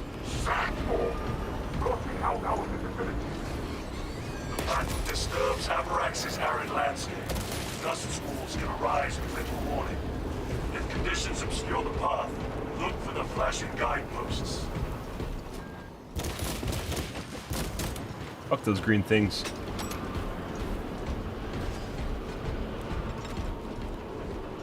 Little green snot balls that do 5 million damage to you. Hey, buddy. Finally through that damn grate. Advance while it is clear.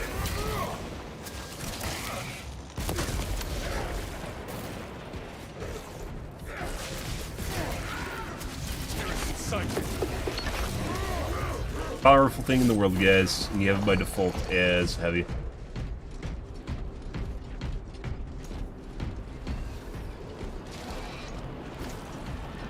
Okay. Adjusting all specs for close proximity.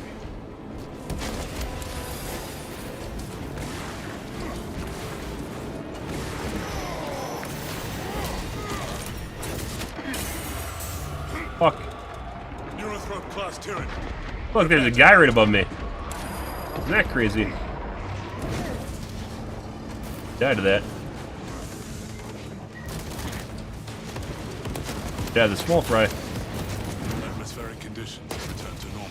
Oh, armor! Iron Halo online.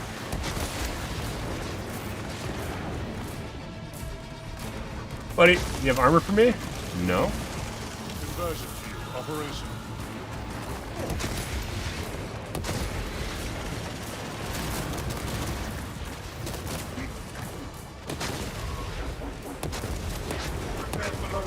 Like, no damage. DPS is pretty good if you spam it, but then I have no ammo, so.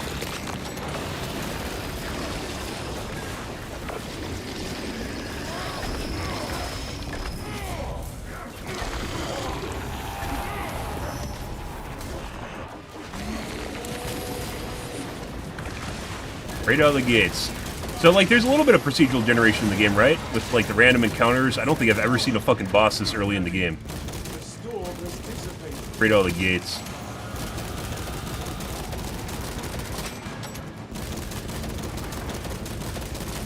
They definitely are very, very active in development. I don't think they fucking... They don't tell you, just like with... How did you even find that? He's just standing in the open. Both these guys were. How the fuck did they find armor data? Maybe you get it from killing bosses now? Lights will guide us, please. Ready. Location locked. I think you get it from killing bosses. They're very proactive with the development itself. Out of ammunition. Always have. Stop that! It's next to impossible to fucking time the whip shots. I 100% don't think that was the case. I think that was added in the last maybe couple days. I swear they did a patch on the weekend or on Friday, which now made things sharpened, as opposed to what used to be blurring the distance. So they changed the sharpening on the upscaling, which there shouldn't even be any upscaling Ready for next. if you have native. People have a revisionist memory where they just insert stuff that's new to them because they don't remember things properly. Very certain that wasn't always the case. Refilling magazines. Do? Once again, I have never seen a boss that early. Hey, buddy. These guys are fucking annoying as heavy. Execute Iron Halo tactics. Stop that.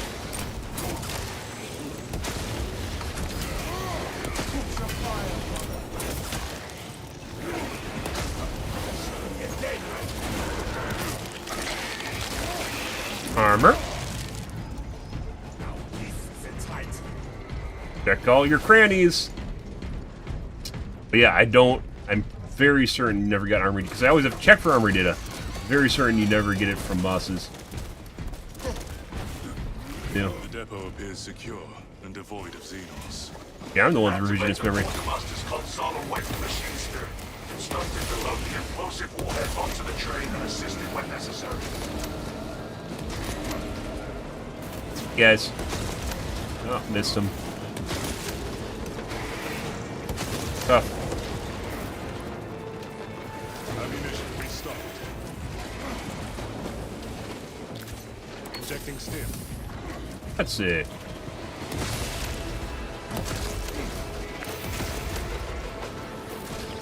Iron Halo ready. Bro. Bro, fuck off. Get two of those fucks on you, it's next to impossible to fucking deal with both of them at the same time. Enhanced tactic ready. Iron Halo. Bro! I don't know why your fucking Q is so unresponsive. Like there's like a fucking 2-second window after which you get attacked after a cutie where you can't use it. The jetpack, they improved a little bit, but that's still bad. Where you can't lift off. Even though you really, really, really need to.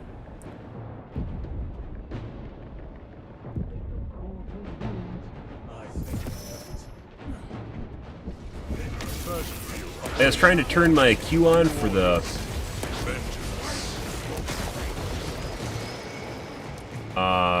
AoE damage, and couldn't get it off. That's what she said. Awaiting your instructions. Machine. Prepare a Nova Cannon explosive warhead for transport. Acknowledged. Commencing transport routines. Attention. Services not Boss? operators required to complete the transport process.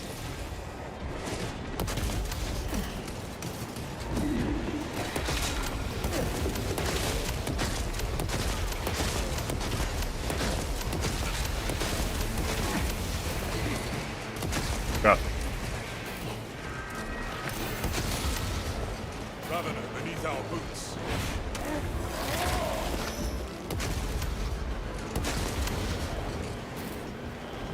Unlimited ammo? Let's go help our teammate now. Iron Halo online. Execute Iron Halo tactics. Right. Good teamwork. I don't know why when they touch you, they turn off your shield. I'm pretty sure that's a bug.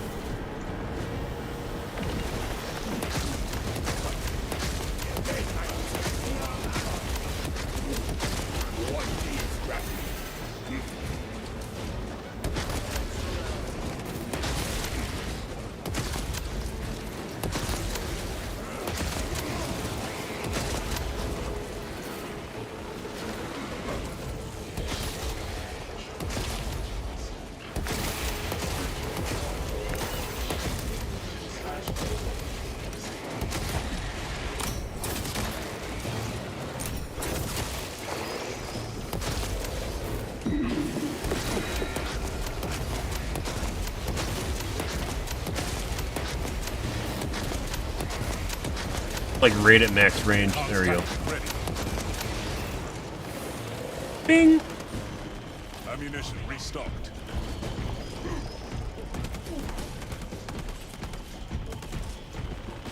Got him.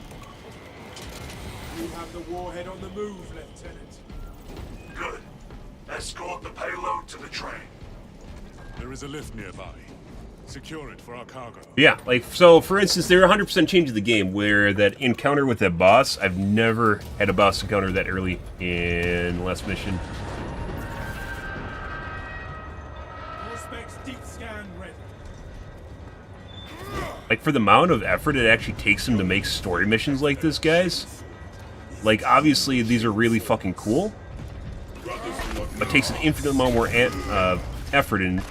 Well, maybe, I don't know. Like, obviously there's a lot of initial effort that goes into making a procedural generation system, but you can only play these so many times where it just kind of wears out even though they put a lot of effort into it.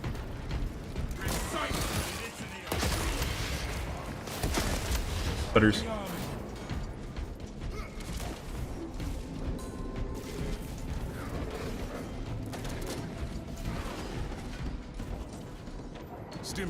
is here. Friendly fireballing issue. Elite level Xenos pacified. We're all low on HP, but one of the guys has literally 10% HP right now.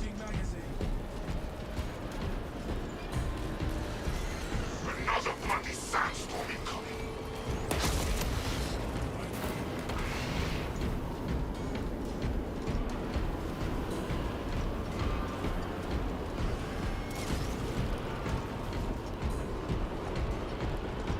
Refilling magazine. Stockpile of grenades on me.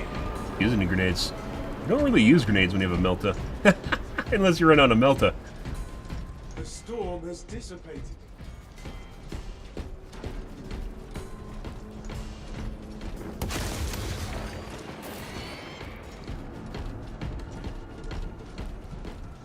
Mission log.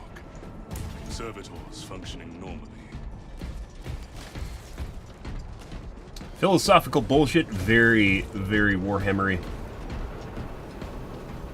The Xenos may seek to use this to their advantage. Pay a writer literally just to write voice lines. Fanatical voice lines. For a lot of sides. Makes everything better.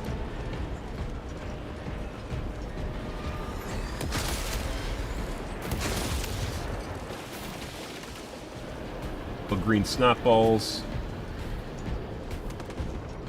Okay, actually, so he picked up the med kit at 1% HP. And he's just not using it. This way, brothers. Yet he has it. Lovely. Fresh magazine in.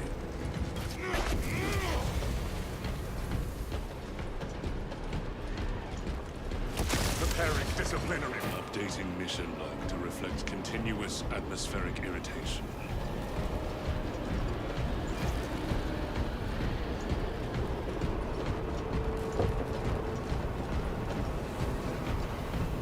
Drink your water, guys. Stay hydrated.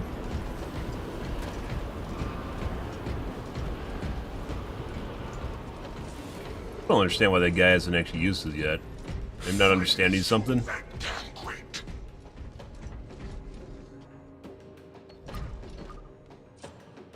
He has one, and he has a relic.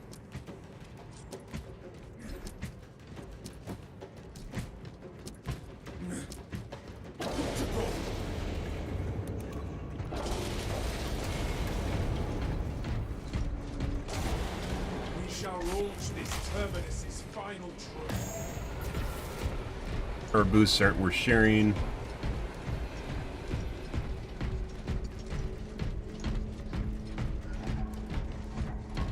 Obstruction detected. Removal is required to commence. I will see it done. Okay. Still prefer plasma, but you definitely do better numbers with Melta. Plasma just looks cooler. I swear to God, guys, when I see that, I see like the Incredibles in bikini armor.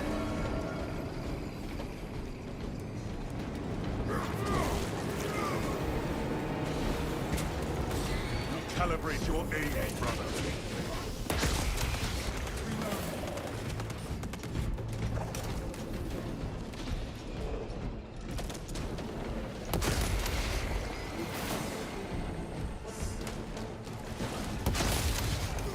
Engaging elite countermeasures.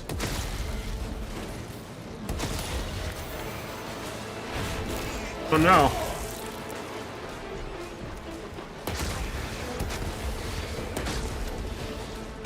I've definitely ran into cases here where we use all our ammo, and then I run out of ammo when there's a boss coming up.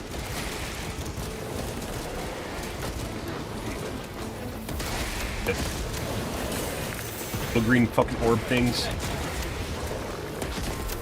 Fragmentation device. Vital organs losing efficacy. Oh.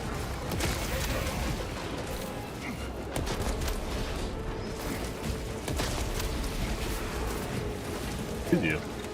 There's so much fucking shit. I don't think they're going to be able to get this guy off the ground before I die. Oh, what a nice guy. Stop.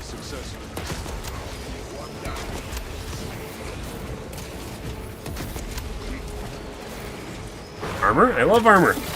Thank you. That peanut gallery is still fucking up there, too. Iron Halo ready.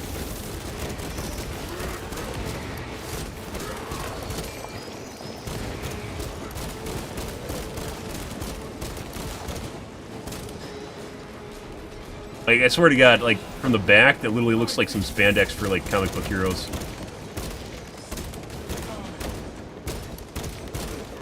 Motor skills degenerating.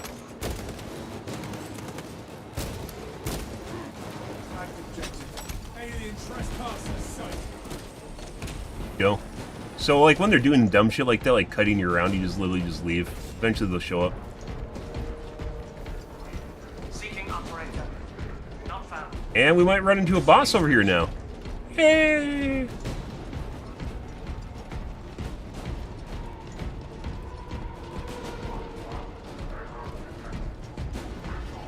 Actually run into a couple bosses here with Delta. Well, no to ammo.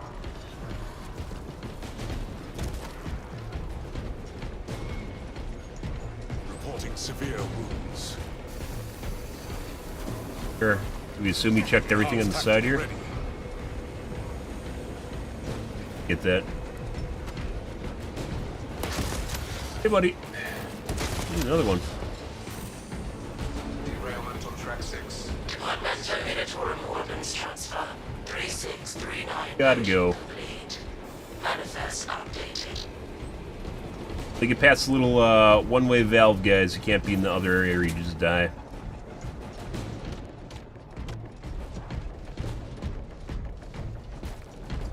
Good.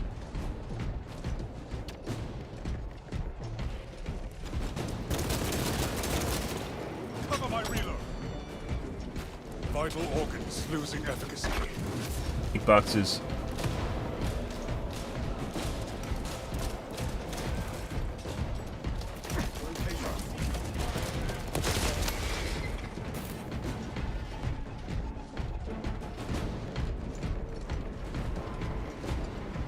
Got debated.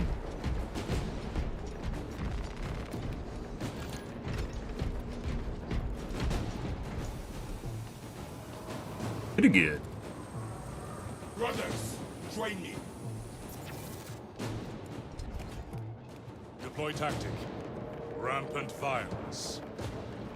The only thing better than a chainsaw. Motor skills degenerating. Chainsaws. The Codex approves our tactics. True. Reap the Emperor's bones. I actually kind of wonder why more people, like why everyone wears masks as opposed to an actual actor. Maybe it's more of a being in character thing. Warhead is loaded, Lieutenant. Obviously, if you have a helmet on, guys, you're disposable.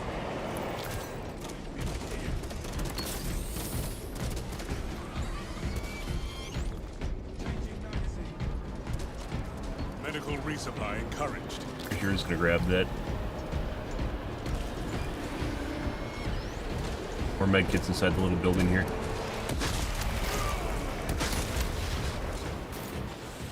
Engaging elite.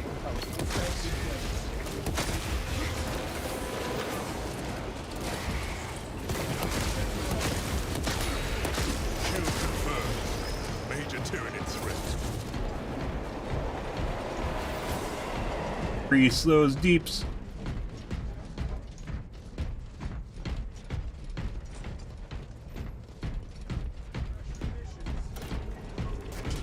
Time to bury those hive abominations. Leave that in case someone needs it later on. Engine power depleted. Initiating charging cycle. Departmental Unitorum penalties will be assessed. Like, the amount of effort that they have to put into something like this, guys, it kind of makes sense, depending on the size of their studio, why it takes so long for them to make a single story mission, right? There's a lot of effort in here, but the replayability is relatively minimal, because you're just going down corridors, right? Like, procedural generation matters. These are, like, not completely in lieu of story missions, but in tandem with story missions. Requisition Xenos onto the tracks. Cogitating proposition. There are engines in service that may be routed along the parallel. Preparing standby. I reached that? Dispatches. I don't think so. Please stand by. Oh, what the fuck? That's new. I have never seen that before. I have never fucking seen that before.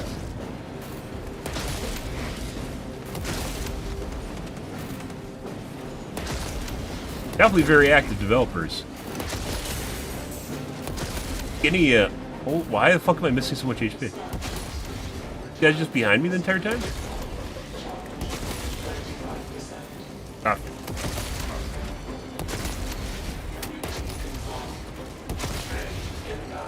Rail shift completed. Schedule conflicts detected. Yeah, I swear that's fucking new. Suspended until reprocessing. Do that, or maybe you have to do that with, Charging system detected. with one of the switches? Because I never use the switches in front there. Link your armor to the Mechanicus device. You will need to keep close proximity to the charging station until the reset is complete. Dispatchers may resume normal operations.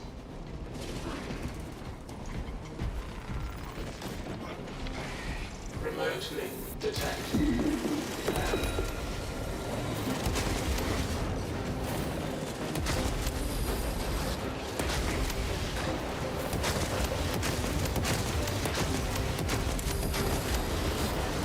Dead. Zone thrown tagged.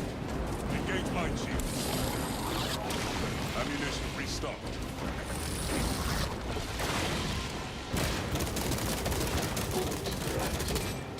Power connection restored. Raising on desire.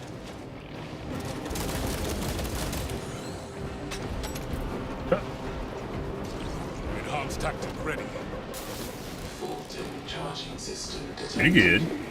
Engines here requesting to perform rites of restoration.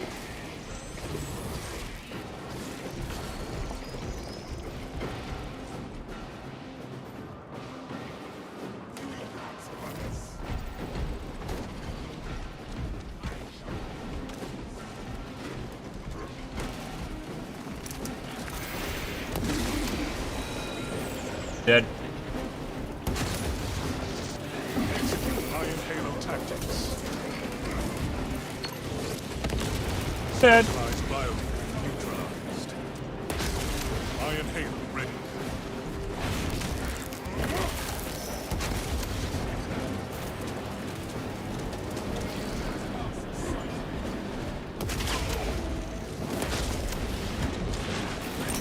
Preparing disciplinary report. No.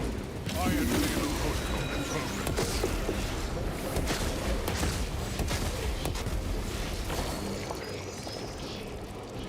Also dead.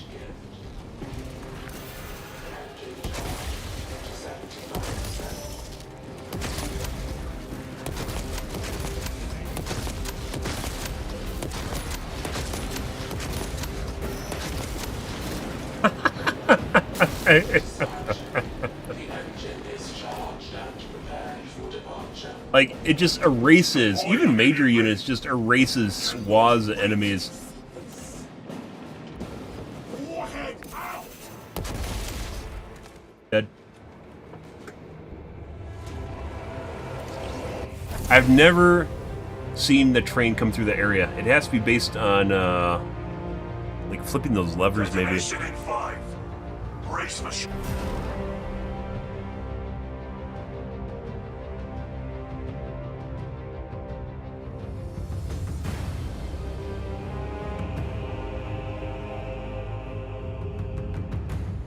Pretty good.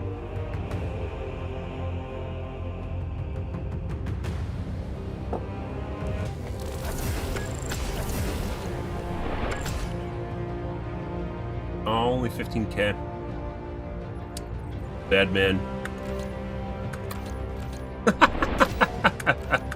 The next closest guy is 9. I don't even have an artifact yet.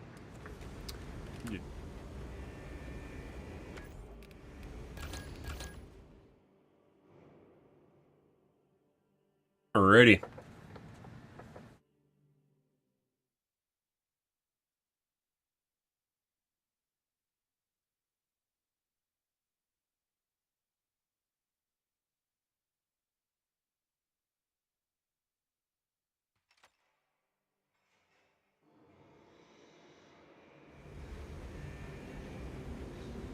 Alright. We should have, hopefully, all of our shit now. All we needed was levels. Now we can power level all of these. I didn't originally do, because I didn't even think about that. Obviously, assuming you have enough resource to do it, which we do. I'll take the rate of fire. Basically, now we can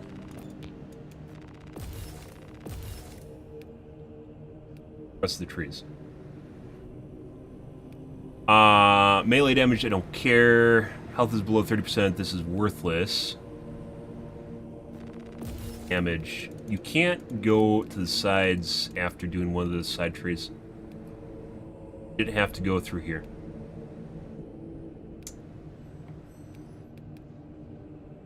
The two perks I kind of wanted. This is kind of side perk, as is this, without actually building heavy stance. Actually missing right now in heavy stance. 15% more damage. PC control, which I don't care about.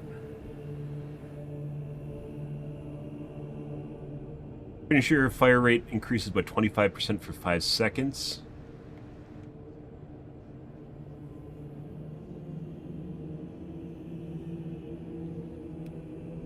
Yeah, this is actually kind of...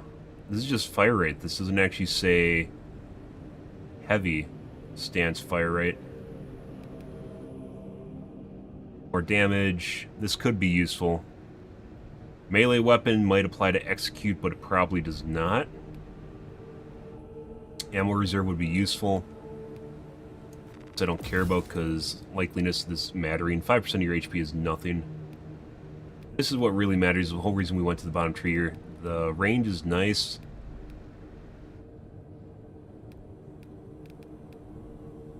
There's a lot, guys. I get armor back 1 second prior to a kill. That could actually be incredibly useful. It rolls back your armor. Incredibly useful.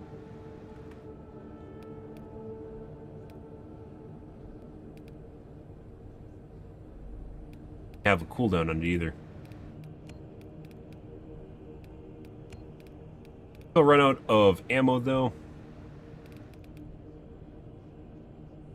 This perk I am very certain is bugged currently.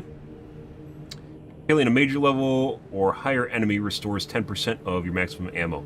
I believe this applies to... you have to kill them with the Melta once again. You can't execute them. You have to use the Melta to do it.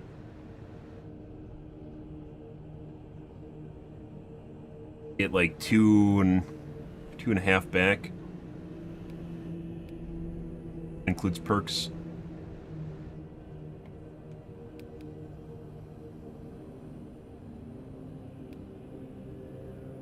% ammo.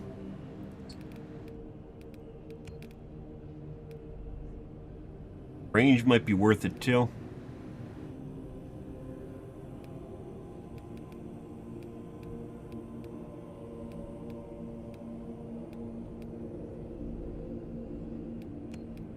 And it would be nice if the class told you what happens when you're in heavy stance. We'll have to start leveling the chain gun now.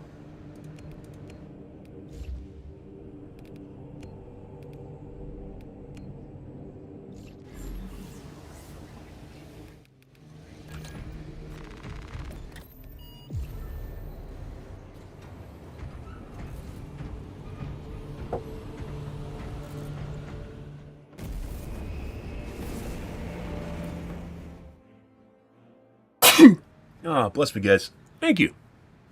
I did have a mission yesterday that was bugged, where we couldn't actually do the objective. I believe it was off-stream. It might have been on-stream, I'm not sure. joined into it, and it was the chaos mission where you flip the levers. Heavy, so we'll do chainsaw sword. That should be this one. In the room with the crane. Captain Akaran, your Ultramarines are late. We are under heavy attack and need reinforcements. We are approaching your besieged bastion. Make haste, lest your tardiness lead to the harm of our blessed vessel.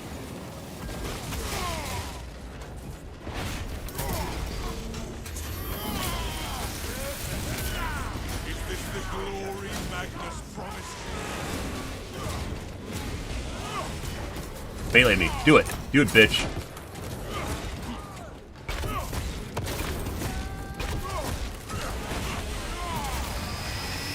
Oh, yeah. Like a bodysuit. Fuck you.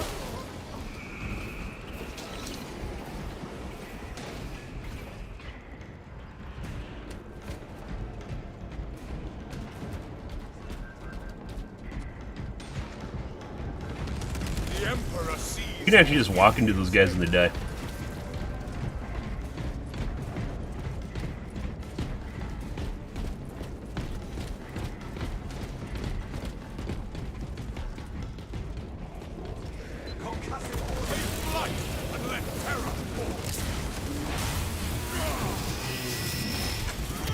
Even metal. No match for the chainsaw sword. Okay.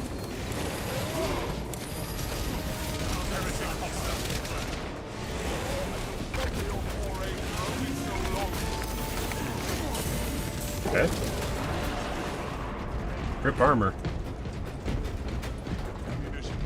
I'm gonna wait for my armor to come back. Actually...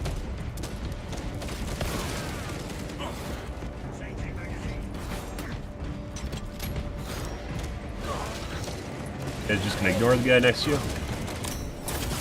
Yeah.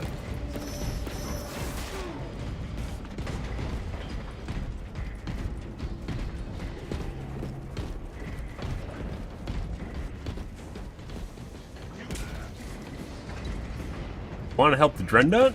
Dreadnoughts need no help, guys. One-man army in a suit. In a tank.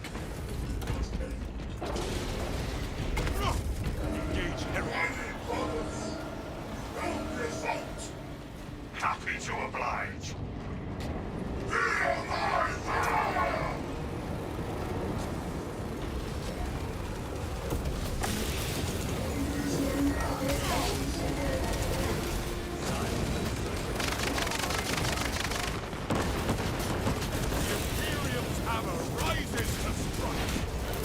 Hey, buddy.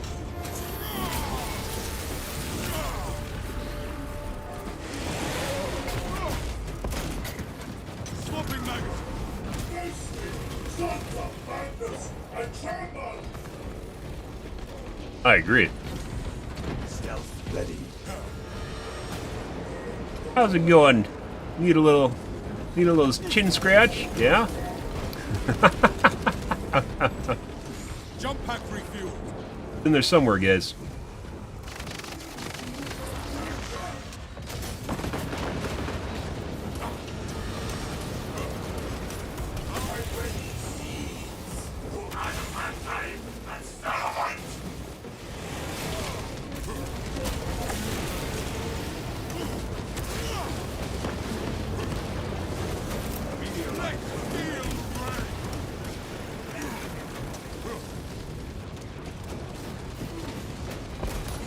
Avenging angel at your disposal.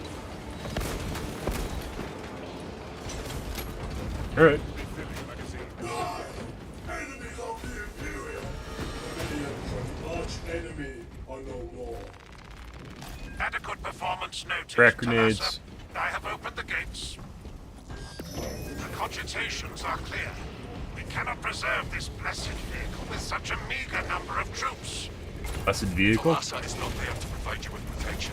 They are there to prepare that battle march for You know, there's 300 books. Do they even need to hire possibly break free writers? from Delirium's gravity in its present condition. Where did that run? Do they need to hire game writers? Vessel. Wonder how many of the writers for like the books that actually love making dialogue for games. The vessel's fusion batteries are fully depleted. There's no charge to start the ship's reactor. There must be a solution to this fuel issue. There is a fusion battery unit we could use to Payload push. but it too will require charging from our power plant. Those areas of the facility are Pushed it. compromised. That is no matter. In the register, guys. Every facet of this world is compromised. Mine? Mine? Learned the other day there's actually a front to it. These are actually terminals. It doesn't look like it because the whole thing starts glowing, but the terminals right there, which aren't apparently evident, actually need to plug in. Also kind of weird because they don't actually give you a way to turn it, besides just keep pushing buttons.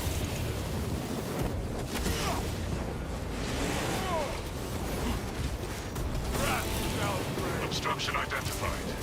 There are several consoles for managing the tracks nearby. You must perform the appropriate rites of alignment to achieve the desired geometry. Assuming they possess A lot going on here, guys. extrapolate accordingly. Surely the ultramarine screen that includes for reasoning and spatial awareness. Considering this planet theirs, I have my doubts. Holy shit.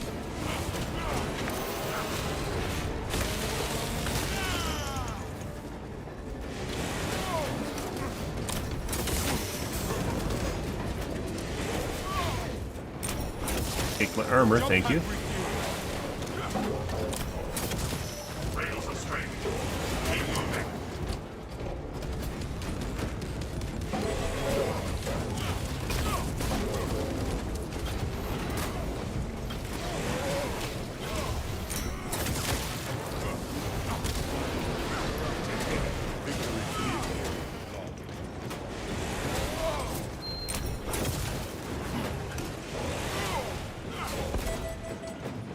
Bitch. Fuck you. Push the buttons. Make the thing go.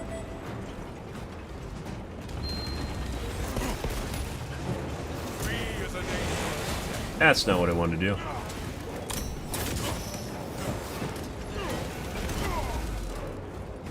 Commencing reload.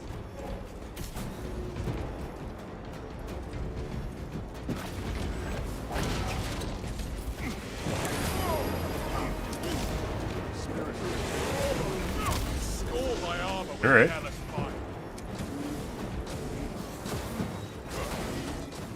So we went to the wrong side because they had to turn the wrong way. What the? It just jumped through the fucking train cart. What do you mean? I even hit the fucking parry key. I was like, this is gonna happen. Replenishing firepower. He just. Okay, there we go.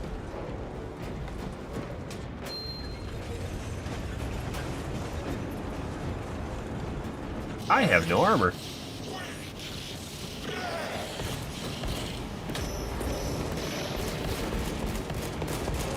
Reloading magazine.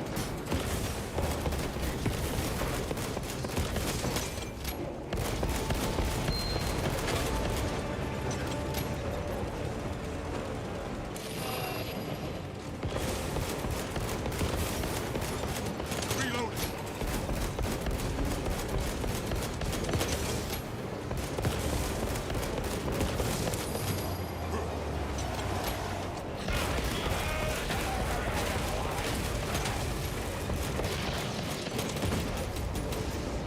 Out of ammo.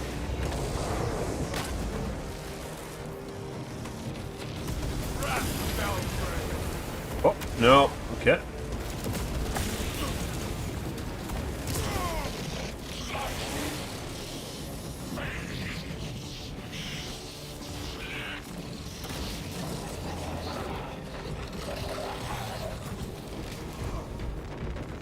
Gifts from the forge. No salvation awaits. The demon worshippers. Yep. with You their definitely get, gifts are yeah, 100%. You never used to get fucking bosses. What are they doing? Never used to get that from the bosses. Armory data is always just found. commencing reload.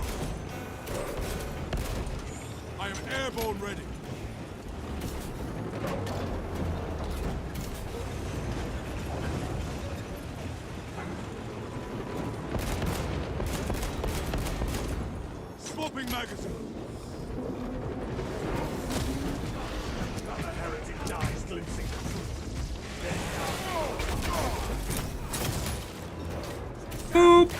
Boop. Boop. Boop. Boop.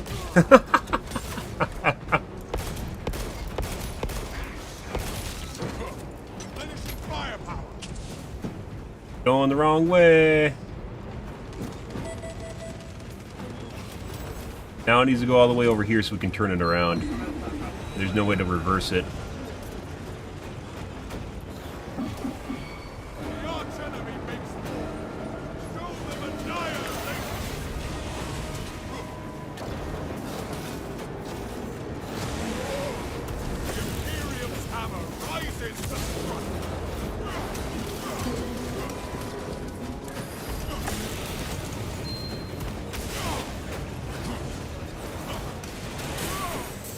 That's a problem. Need armor. My blade hungers for revenge. Enemy eliminated. I have no armor. Procedure successful.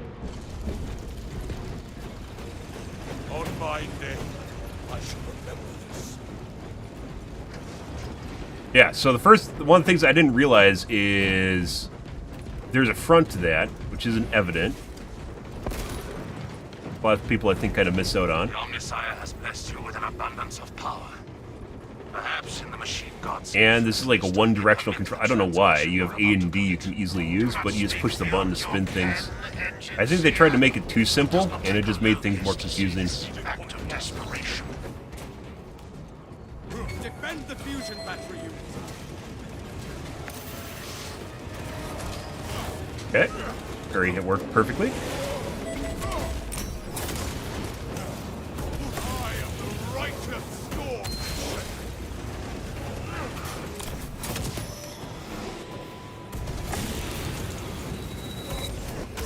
Nothing here.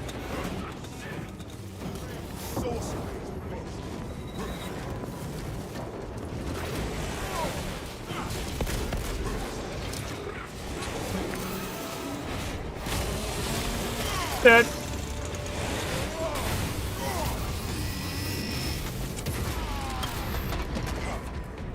Now it needs a spin. He needs a spin again. There he goes.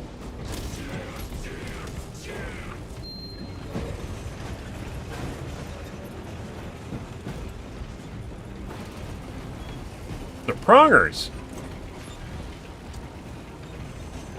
Go into things, guys. Like maybe if they made them a different color or something.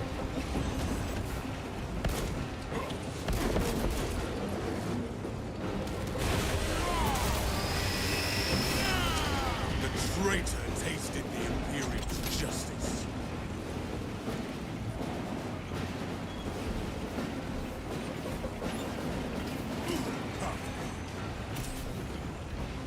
Fucking skull things.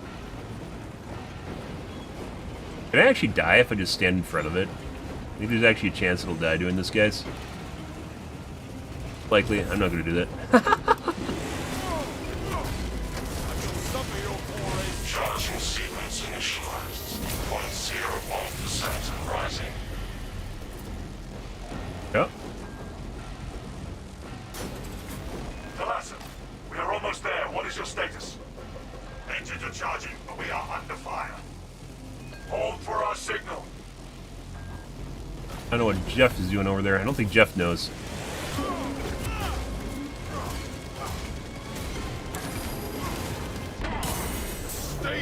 Wait, what? No, I need it.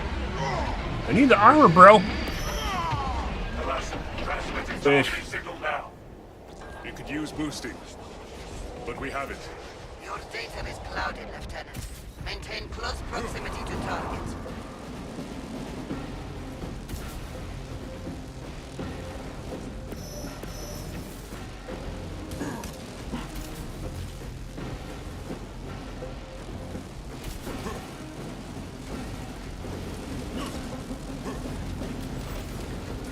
Reactor is primed for ignition.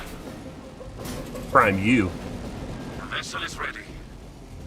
May the this machine's service be forever remembered. Sword of Atreus primed and locked in. Lock Oh, it's target beautiful. now. Routing signal data through telemetry systems. Numerous errors detected due to signal interference. Prior to the Chaos patch, guys, last week, or the patch in general last week, could not actually accomplish this mission. Always lost on the payload part. The shattered ship becomes the saber, an instrument of the machine god's wrath. This would bring tears to my eyes if I still had them. A heavy sacrifice of such a sacred machine. Let us hope her martyrdom is worth it. Amount of effort. So, like, you can actually see why, for like a small company, why they spend so much time making like a story mission, right? There's a lot of effort goes into making it, but replayability-wise, just isn't there. Fortunately, it's almost a requirement to have procedural generation of some kind.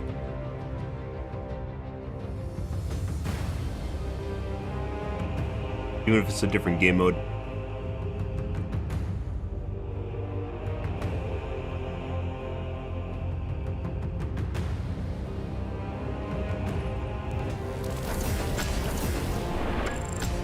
Oh my god, 3k damage, wow!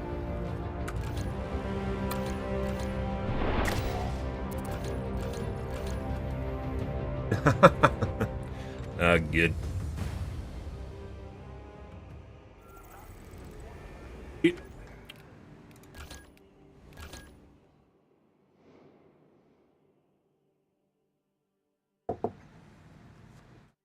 On to the next one, guys.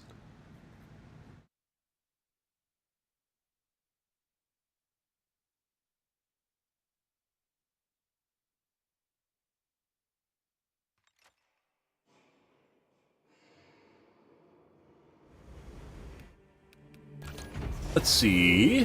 Got an upgraded sword.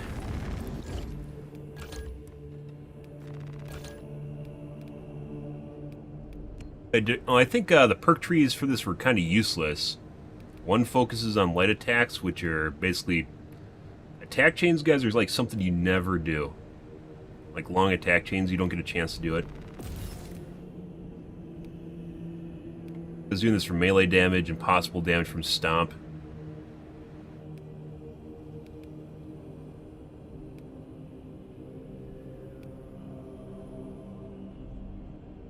And attacks in a row. After 3 seconds, you never get in. I think you could lose this bonus by someone CCing you, just hitting you, like you miss a parry. Very, very punishing.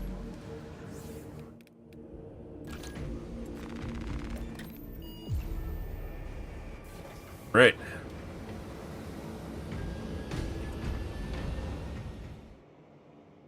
Play heavy if it's available. Kind of want to get an idea what melt is like after everything's maxed out before we go into chain gun, a bolter.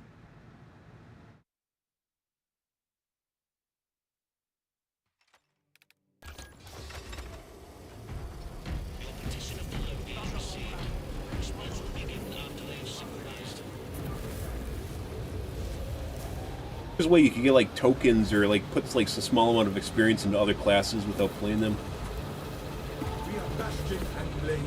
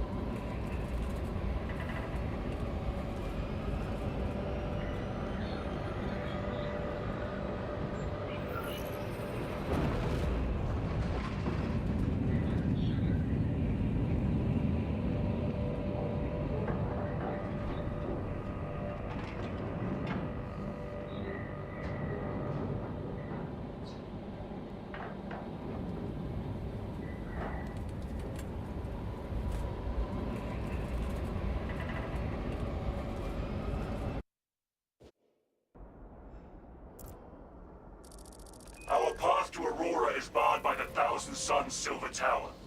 We do not have any ordnance on Temerium that can destroy it. Our best available tactic requires an ancient battle barge at the Mechanicus compound that is undergoing restoration. Alrighty. If I might be so bold as to interject, Lord Titus, that battle barge dates back to the Great Crusade. Thanks, Artisan. It is a sacred relic, filled with Uh-huh. ancient splendor, brimming with power undimmed. Noted, Artisan Balthazar. I am authorizing Talassa to commandeer the battle barge for the duration of this conflict. It will then be returned to your care. Very What? well. But you will need my assistance in locating such an ancient machine spirit. Assist the Adeptus Mechanicus in launch preparations and await our targeting guidance, Talassa. Yep. We should be on the ground shortly. Make sure that battle barge is ready. We shall not falter.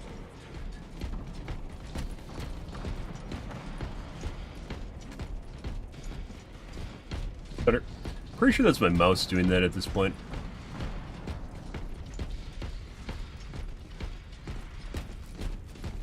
Fuck you. Engage photo lenses, brothers. I've played as Assault again, went with the heavy. Just having everything killed right before you touch it. Very annoying. Lots of armor boosts now.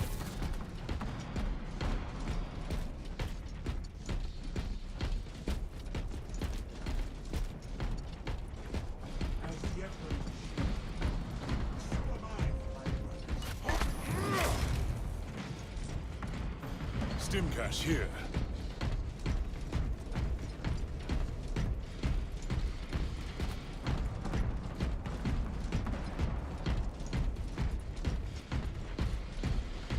I actually think the gray Melta, take that, Refilling magazines. matches my white armor better.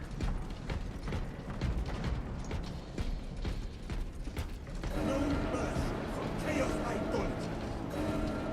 Alright. For the crack, for Gilligan, for the Imperium.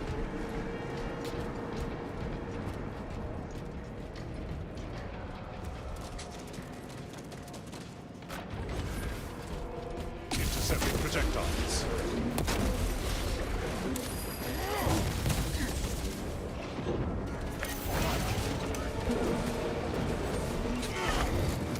You decide whether or not it's even worth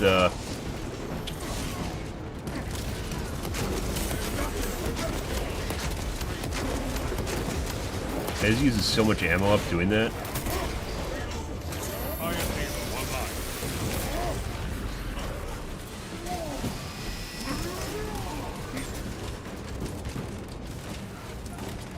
Iron Halo protocol in progress.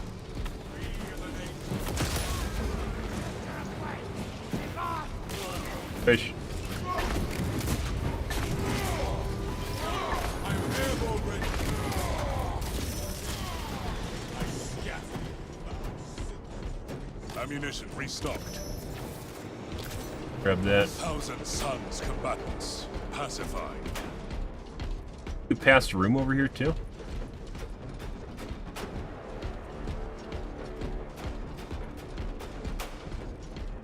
Right here, we didn't check.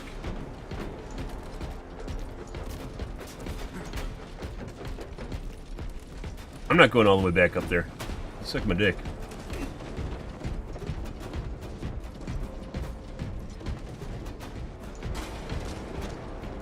Teleport over here. Chaos Marine.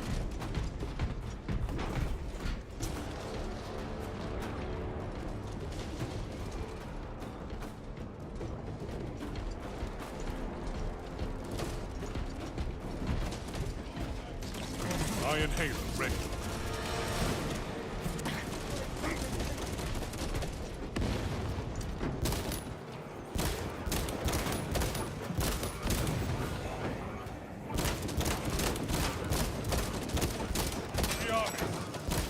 Like max distance. Oh, it does hurt.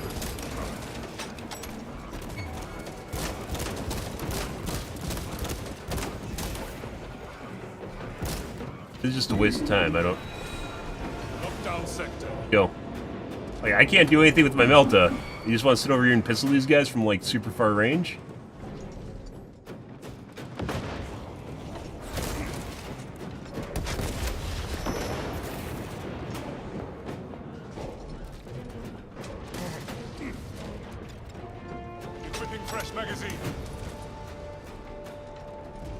Stay on. Silly things we're currently doing.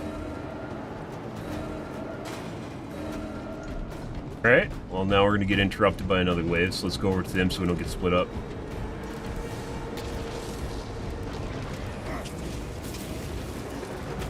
Conversion field operational.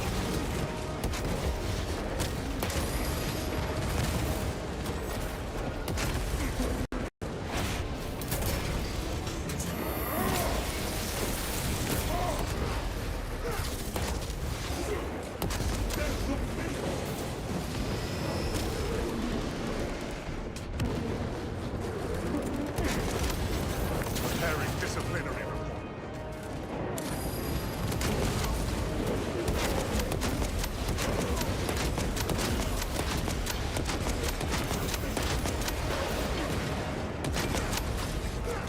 Oh, I have no ammo. All heretical forces eliminated. Going yet? Going. Bye. Reloading.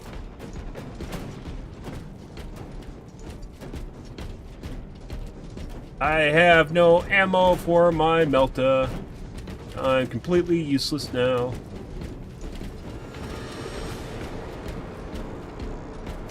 Enhanced tactic ready. Cutters.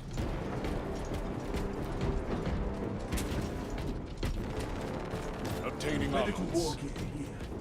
Resources acquired.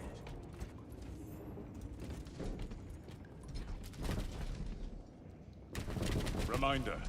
Priority is to cover ground as quickly as possible. Gifts from the forge. Normally ammo's not an issue if we move it like a normal pace, but like when you just get like stalled, I guess you would say. Just hope the technicals can get that ship.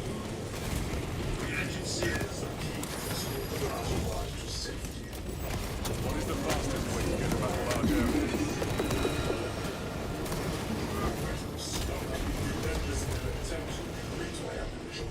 Taking that for armor.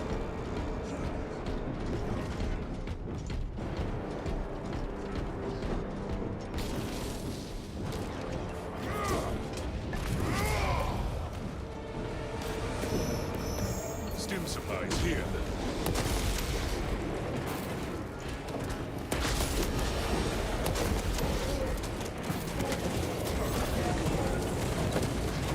Execute Iron Halo tactics. Cultist pacified. Heresy contained. Advance to position.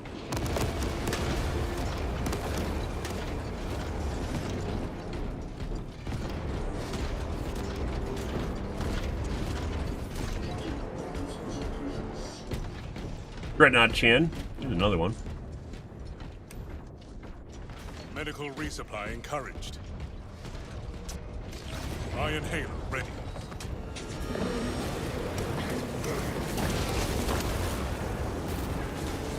Refilling magazine. Grab this then.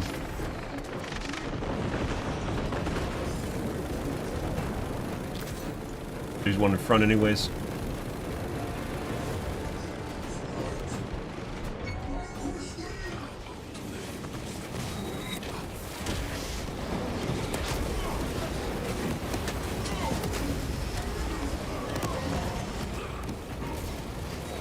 Engaging elite.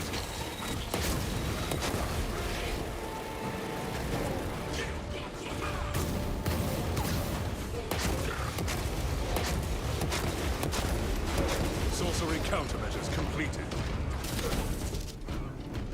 Grab some ammo.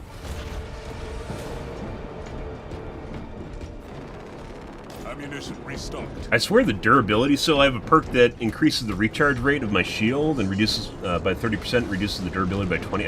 I swear it doesn't work.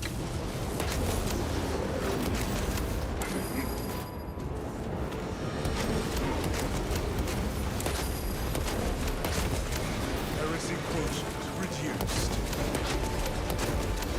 Cut off its call for aid. Now. By the way, there's a perk that gives me ammo every time I kill Major with my Melta. Or it doesn't work too. But you can't see when it's on cooldown because it doesn't show you.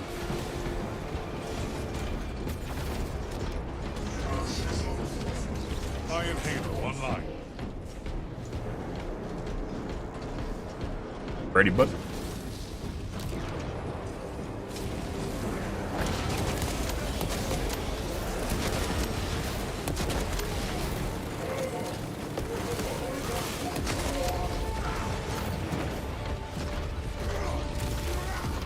Oh, it. Melting things, guys.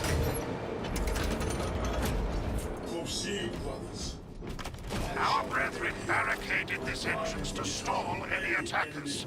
Commune with the crane and engage it to remove the obstructions. I love communing with cranes. They're actually people.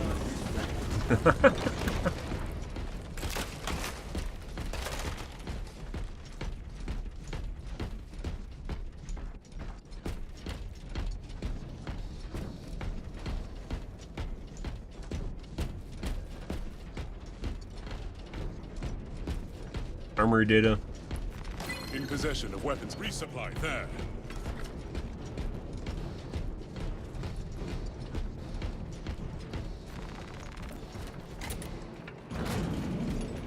Operating crane.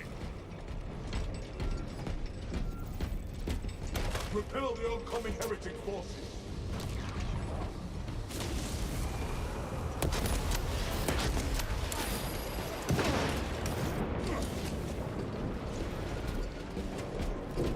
Buddy.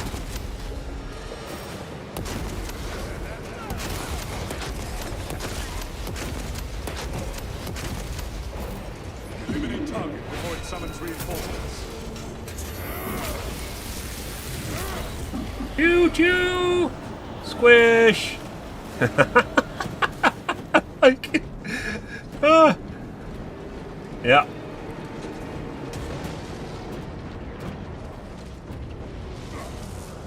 On me? Can I push him off the edge? No. Gonna drop. Press on. You are nearing the vessel's site, Talassa. Ensure nothing further impedes your progress.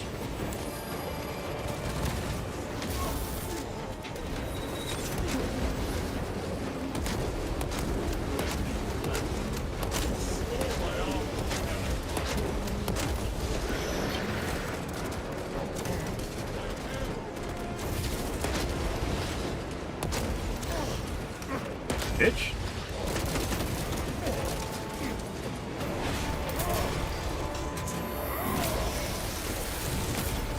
Enemy eliminated. Well, you can DPS him down, and then you run out of ammo.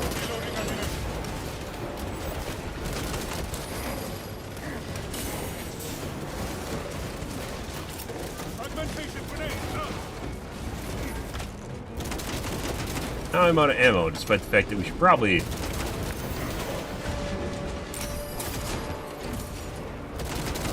Screw. Alrighty. Reloading.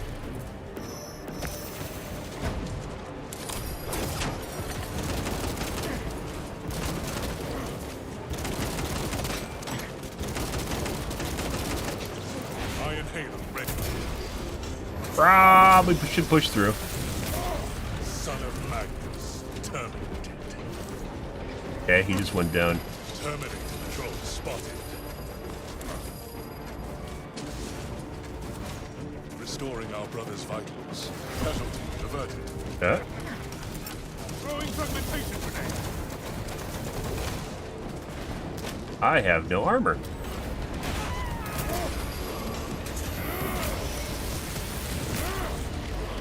Brother support protocol engaged. Death process halted.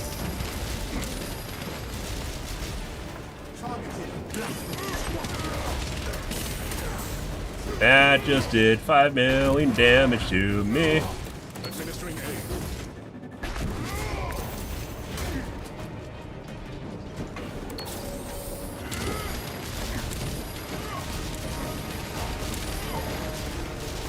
Victory for the Imperial Law.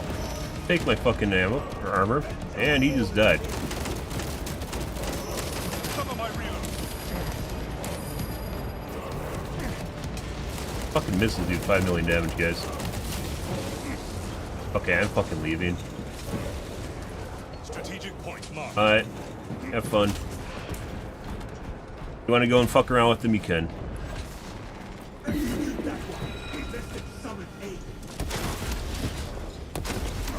tactic ready.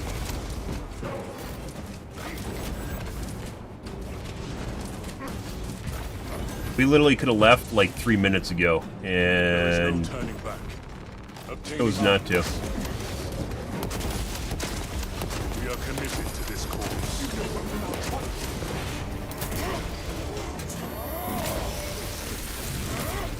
Enemy eliminated.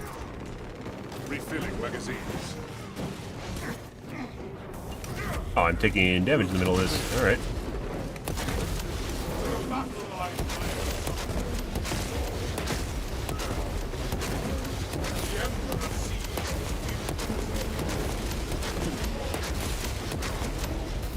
Oh, look, they're all dead now. Isn't that convenient? Armaments. Uh-huh. War gear acquired.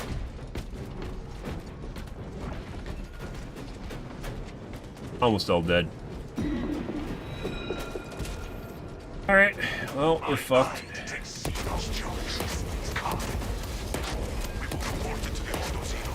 Continue with the mission. There are more pressing heresies that need our attention. Our first priority remains the battle. Oh, that's friendly.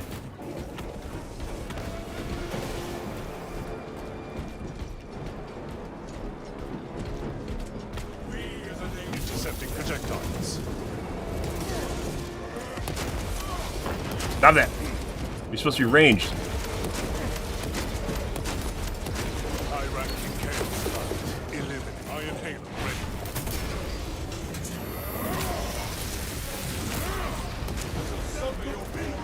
We're like literally powering our way through this, guys. There's gonna 100% be a boss here. We're literally powering our way through this with, just by brute forcing it with heavy mode. Heavy stance. Operational.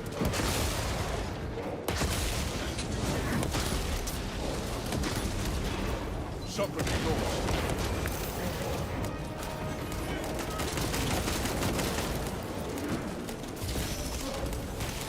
Alright, I'm going down here. I could use some, I'm gonna go down.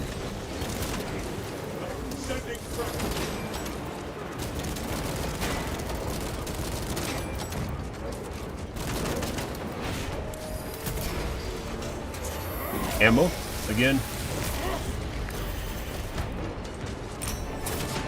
And our friend just fucking left, despite the fact that we possibly could have actually... We could still beat this.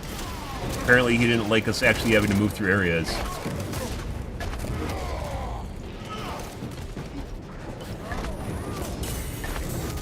Bitch! Only I can do that!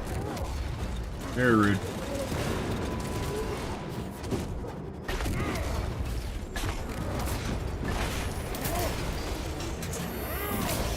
Iron Halo online.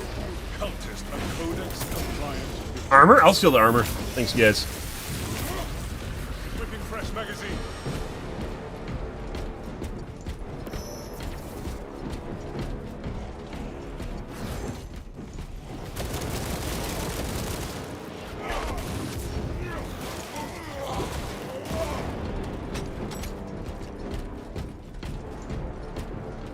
I don't think I've ever actually seen ammo at the end of these or anything. Your Ultramarines are late. We are under heavy attack and need reinforcements. Compound located. Make haste. There's no tardiness me to the harm of our blessed vessel. Oh. Only your faith was stronger. Rearming. I need ammo. Really badly.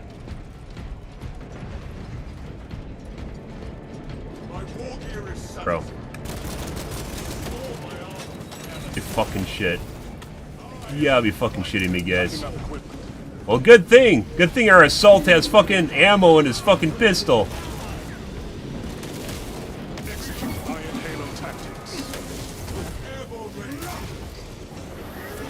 have no ammo. Still.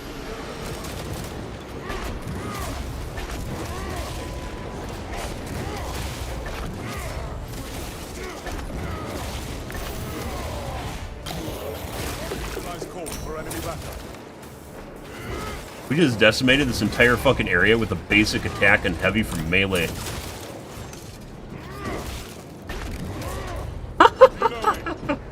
You don't even need the melted to do that.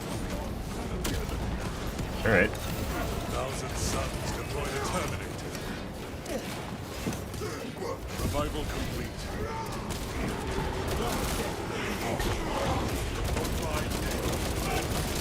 Equipping fresh magazine. I have no ammo. Good.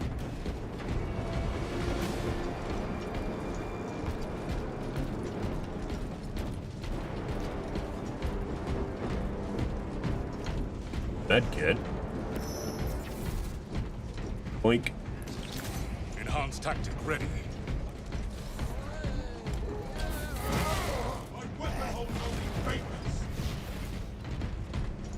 Legit can just walk straight into those guys. You don't even need you don't need to dodge or dash or anything. You just walk into them and they die. You have to run. Nothing.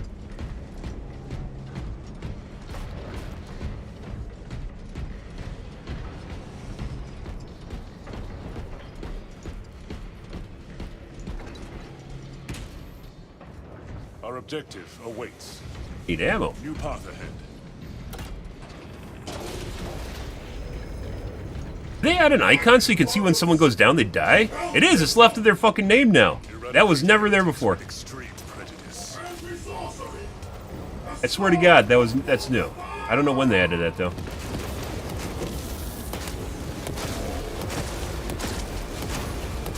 Heresy quotient reduced.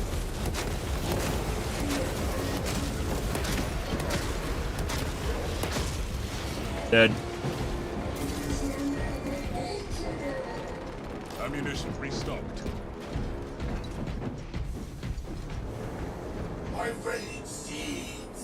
Game wants me to use a med kit. Maybe I should listen to it.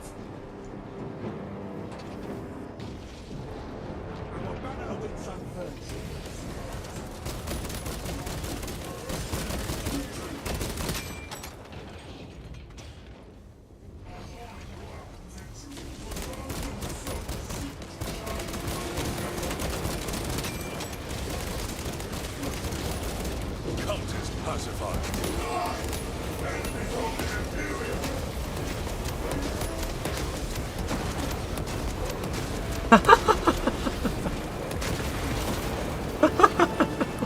Obtaining armor.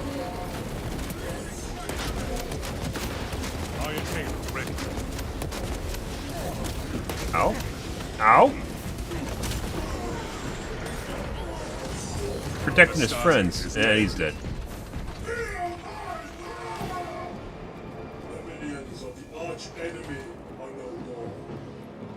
Adequate performance noted, Talassa. I have opened the gates. The cogitations are clear. They're making us hold out as a With test. such a meager number of troops. Oh, he's back. Talassa is not there to provide Good. you with protection. They are there to prepare that battle barge for flight. It couldn't possibly break free of Demarium's gravity in its present condition. We only require that it reach Doesn't the need to. vessel and destroy it. I Bad had man. thought you a start. The engine should provide sufficient lift, but the vessel's fusion batteries are fully depleted. There's no charge to start the ship's reactor. I have a sneaky suspicion we're gonna get fucked up at the payload area here. We're gonna try and do the terminals just to make sure they're done well, or right. Require charging from our power plant. Oh, our bulwark left too. They are compromised. Good for him. Nothing will stop us from relighting the battle barge's engines. Oh, hopefully we get a third.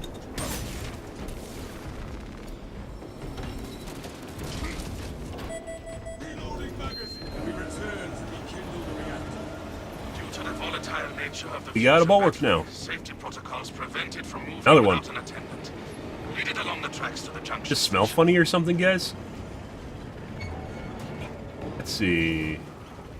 Looks like we go... Doesn't look like you can tell yet. There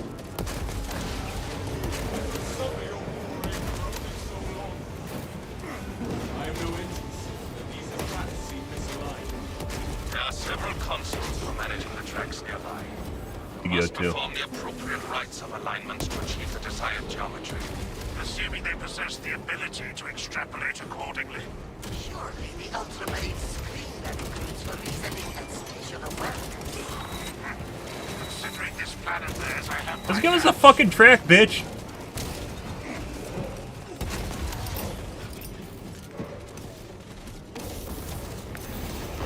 Get hit.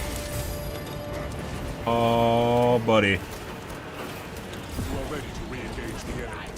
Fucking Christ. Iron Halo online. Iron Halo. Progress.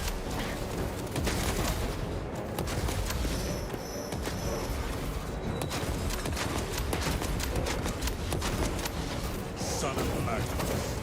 We're gonna grab that. Grab this. Refilling magazine. Grab that. Let's see. We have to go. Realign the track. Realign the track with what? It's not telling us where we have to go. Okay, there you go. Brothers. Like you have to go to one of these two sides.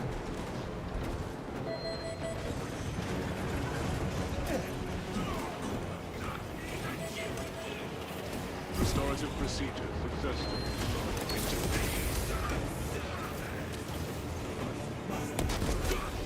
Nuns and sons deploying weaponized sorcery. Hostile warp wielder pacified. Ammunition restocked. Additional supplies secured. Heretic hostile flagged. Gonna turn it. We have to reverse it after we go to this one.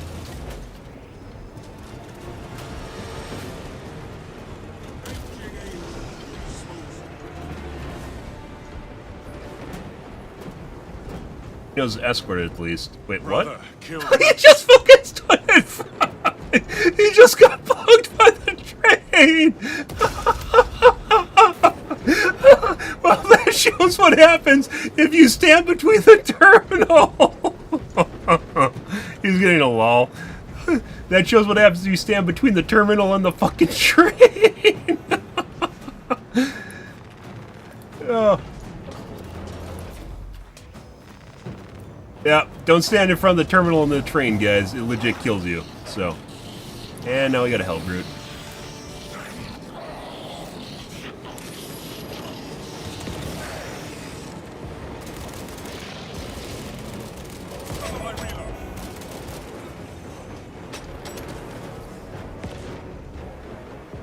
Buddy, I need to turn these tracks. Just hang on here.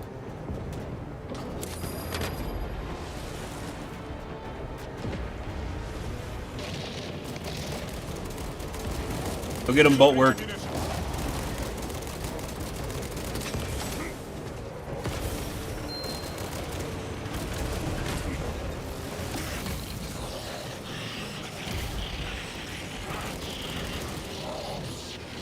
Bolt work, what are you doing? You could use your little bit of plasma pistol here. Like, even if I use the...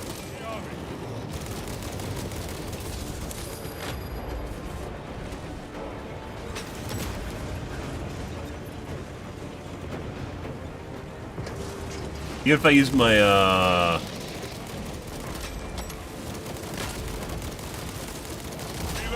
Melta, it legit does less damage than my, pistol does. With an abundance of power.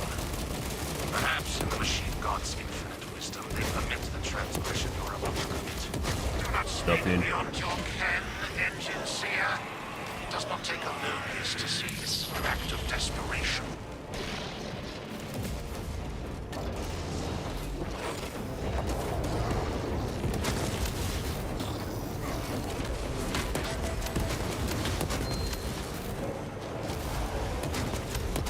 Gonna get hit here doing this. Actually, it does a lot of damage. Iron Halo online.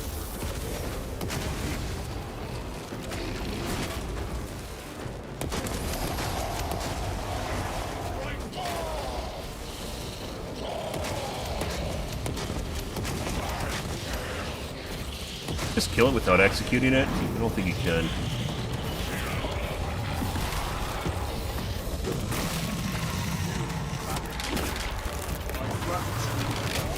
One of us must maintain a secure perimeter.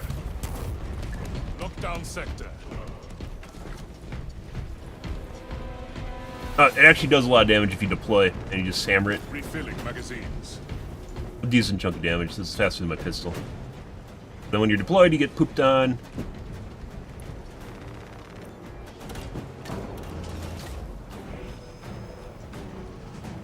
Speed run, guys. There's a front to the train, guys. If you didn't know, the little prongers at the front are the little things that have to go in. You know, you have to put those in there. So make sure you put the things into the outlet. You can't put the back into the outlet. It doesn't work. Iron Halo ready.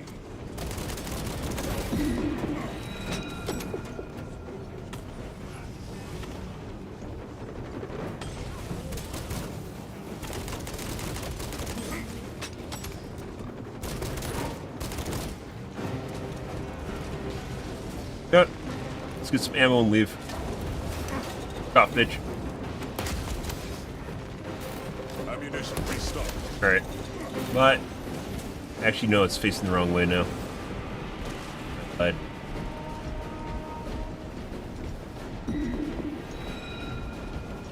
Dad, you can't pick the direction it goes.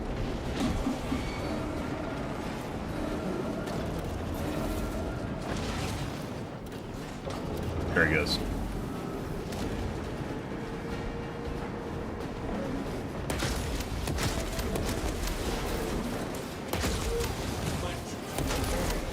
Conversion field operational.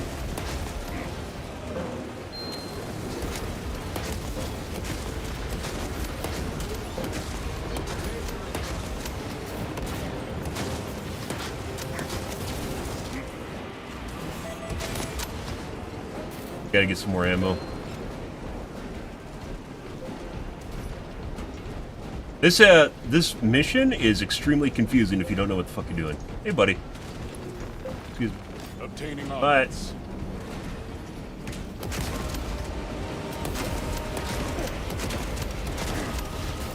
okay. Leaving again. Oh, there's armor here. What a nice guy.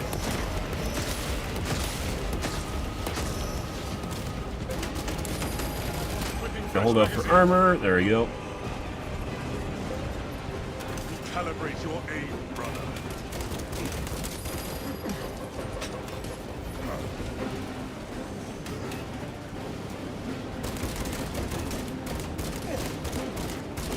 Enhanced tactics ready.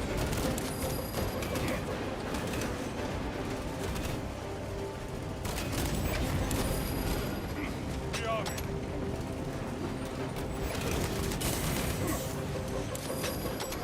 Woo! I almost got assaulted. I want to stand there, guys.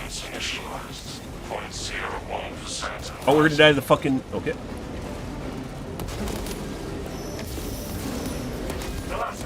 We are almost there. What is your status? Preparing the sword of entries for launch now.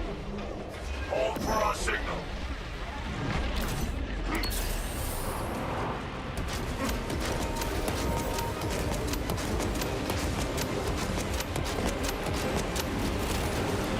Iron Halo online.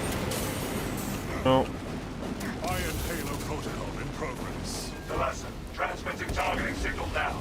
fuck off. Get out of here. Signal is weak. Can we plot a course? Your data is clouded, Lieutenant.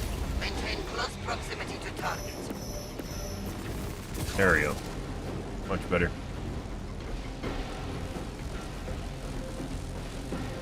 Delta does fucking work, guys.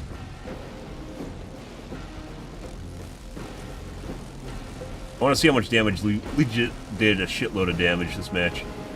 Reactor is primed for ignition. The vessel is ready. May this machine serve us before And to answer your question, I asked earlier, guys, what happens if you stand between the outlet and the train? You just legit just die. Routing signal Yeah, data you just fall over. systems. Numerous errors detected due to signal interference.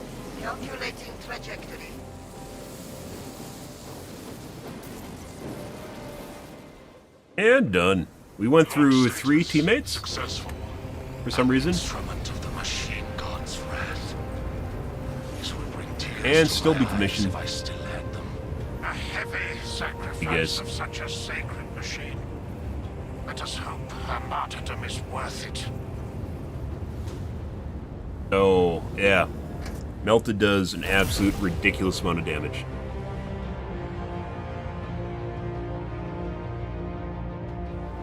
And probably should realign it with deployment as opposed to range the top tree. Opposed to the regen bottom tree. Range and was it some armor regen.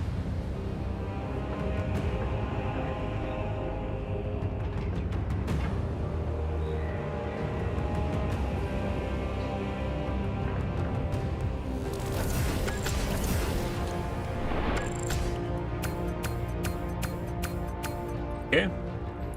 Do more against Tyranids. Pretty good against Chaos. Chaos has a lot of armor. Dude. Alright, well, we gotta start leveling.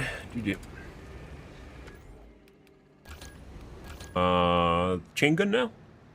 I think I'd still rather play with plasma, because plasma's just honestly cooler.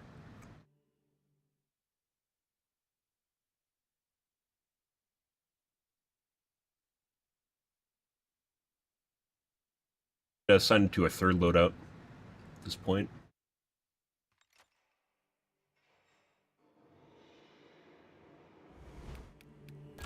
Let's see.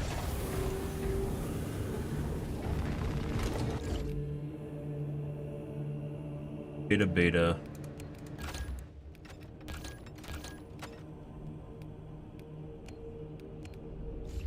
And you should be able to change the perk tree depending on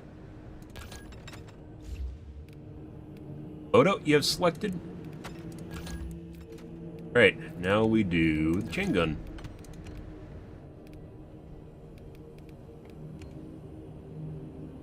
Have 11 perk points.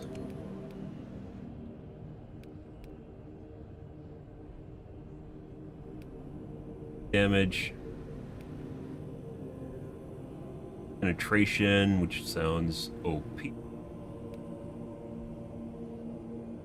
I mean, you get 4 pen to begin with, maybe that's not necessary. There aren't many cases where you're penetrating more than 4 targets.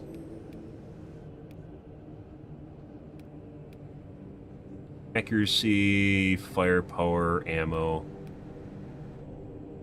Choice between venting speed, accuracy, and magazine. I suspected piercing would be one of these, but it doesn't look to be the case. Which means we'll probably go for accuracy.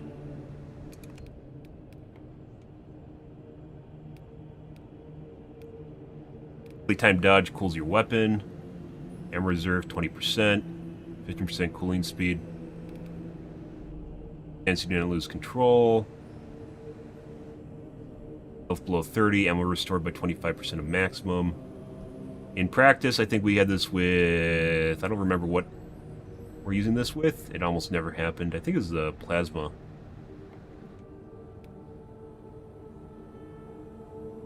Deal 25% more headshot damage when below 30% HP. Maximum spread. Maximum spread. Heavy stance. Damage, heavy stance, heavy stance. Like one of these trees is made for headshots. Why I've seen some bolters do an insane amount of damage. Spread on low... What is low ammo, guys? What qualifies as low ammo? Alright, I guess I can make an informed decision on this one. Let's see. Heating decreased by 10. Melee damage increased by 15. Spread decreases by 25% when firing without aiming. Hit fire. Stance, heavy stance. Ammo, you deal 25% more damage. Faster, exo, ammo reserve 20%. Level enemies, bosses, 10% damage. Go for ammo right away and see what happens here.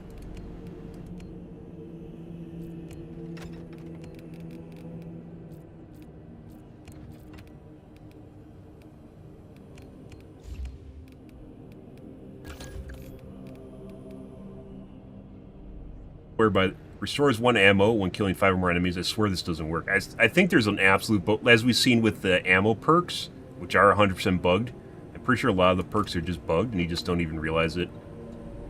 Because you can't tell. Like, I don't actually keep track of this, but I'm pretty sure it doesn't work.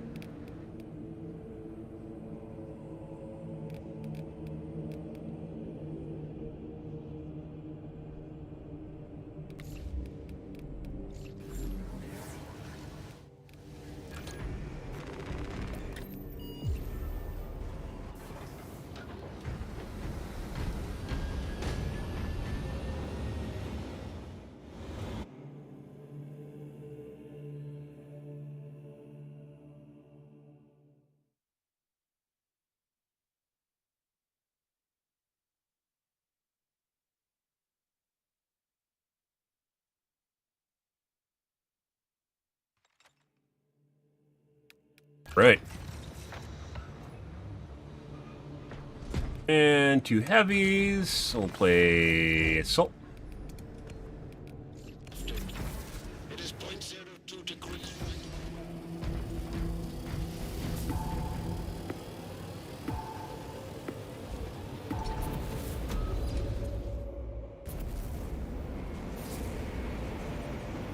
Off we go.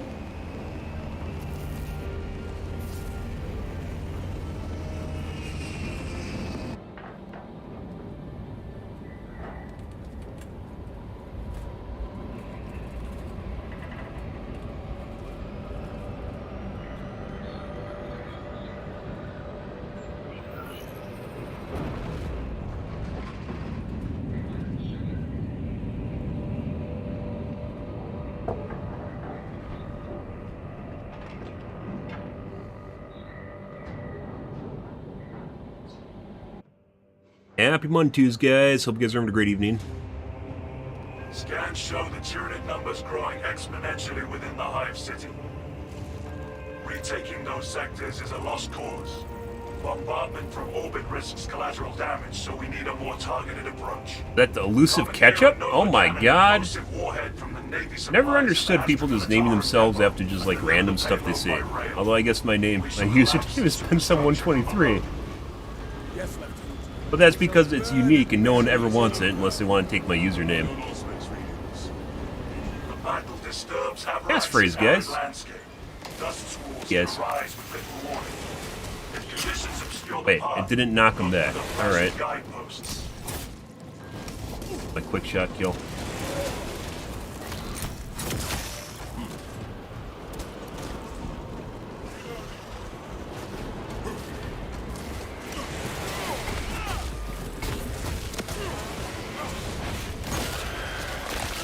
Rip. No storm will delay our vengeance. Advance while it is clear.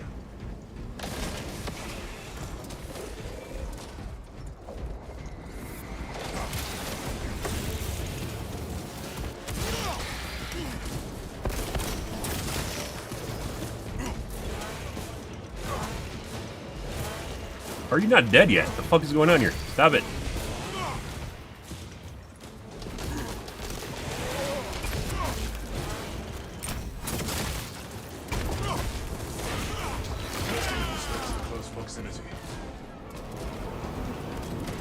Still prefer the Warhammer simply because it looks cool. If I'm going to be bad because I'm playing a bad class, I want to look cool at least, you know? Oh, Guardian, yoink. This will sustain me in my darkest hour.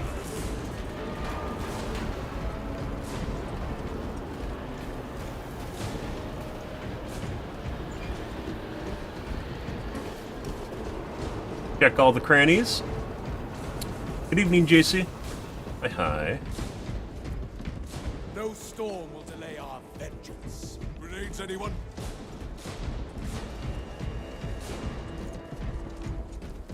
Happy Montues to you.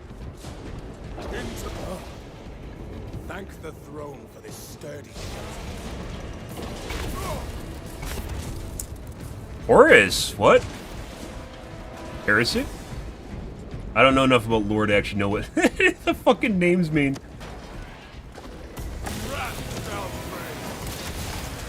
Guy behind us.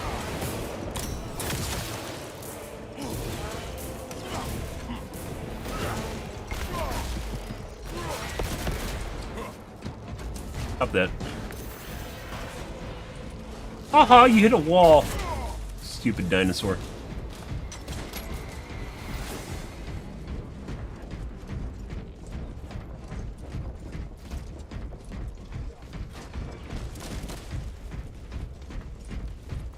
Lieutenant Titan, we have secured the Militarum.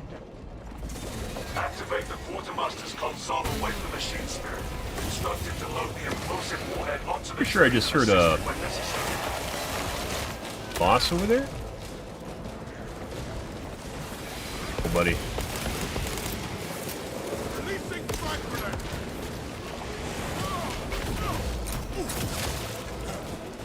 Excuse me 1 second, I need to do this once. Yep. Hang on, there we go. Open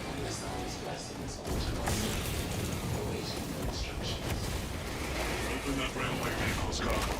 I'll take my armor, do IVM.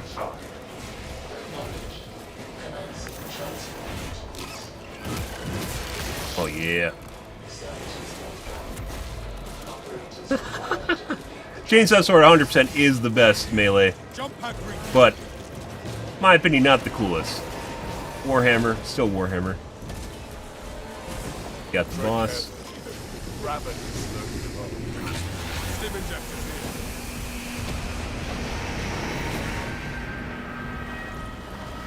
Hey, buddy. Obtaining armaments.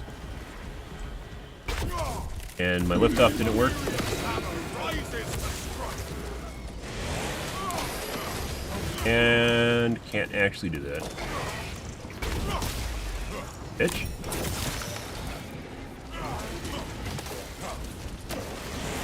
Avenging angel at your disposal.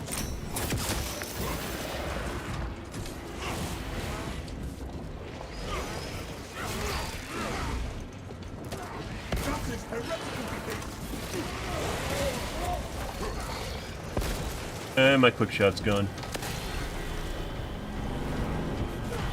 Ammunition restocked.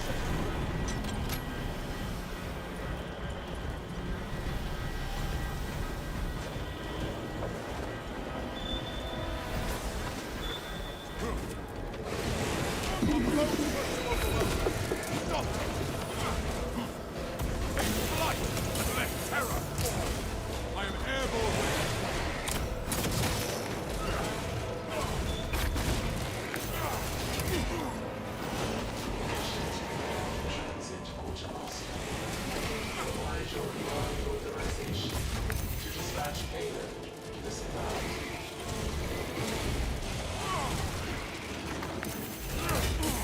Oh, I guess we missed that.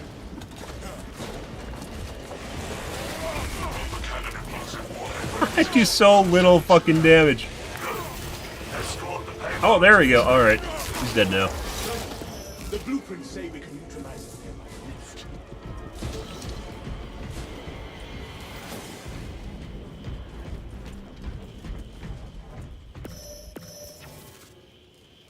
Checking for armory data. This whole area is too big for me to walk around and do that.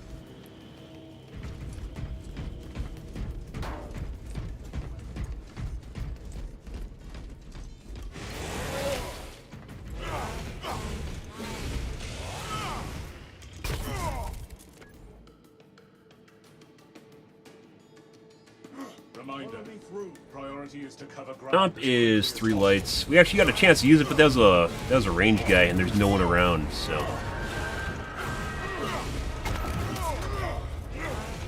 Although I think arguably they just kind of all do the same thing. Stomp is an AoE though.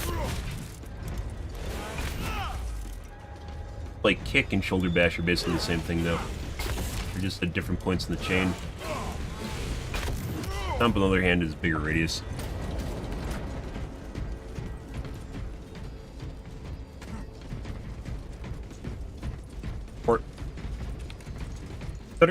Stutter.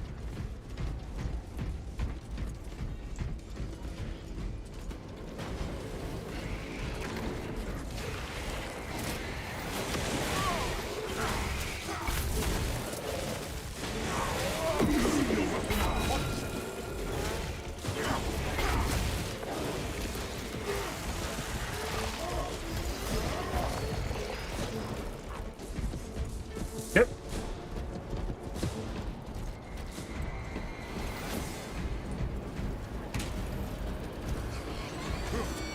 Our will remains untarnished, unblemished, Oh, unbroken. oh, a bunch of small fry. So good.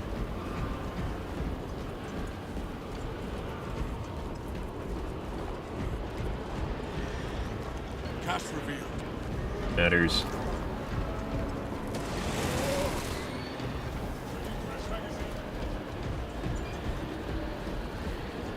Let's see.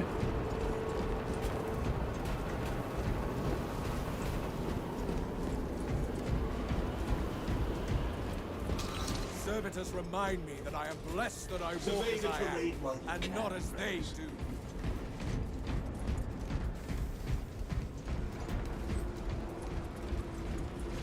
Ammo.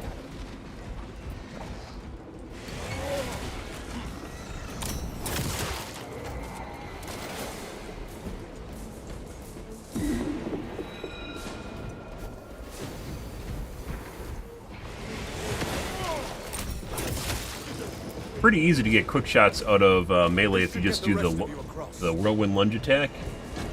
It almost always gives you a quick shot.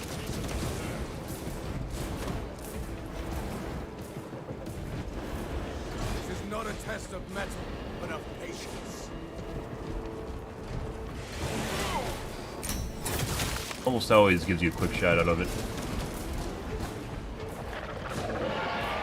Purge the alien scourge. Thought I heard something. So-and-so, shield your minds.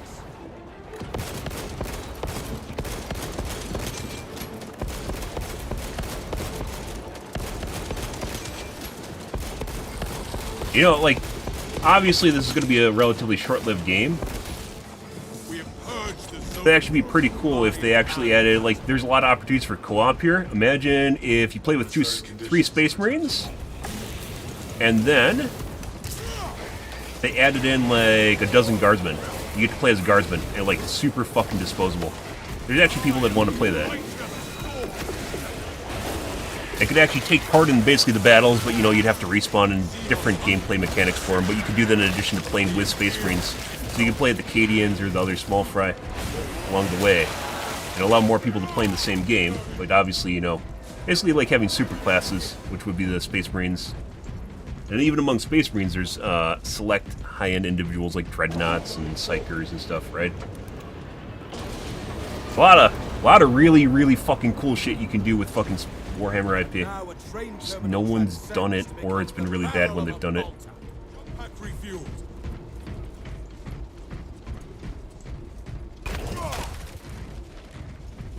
Ammo boxes. Detected.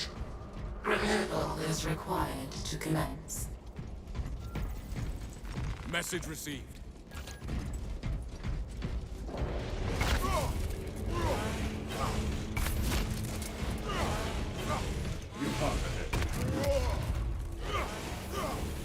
Obstruction clear. I really don't know why you'd ever want to add, so there's one talent that adds an additional attack to Light Swing, and I don't know why you'd want to do that.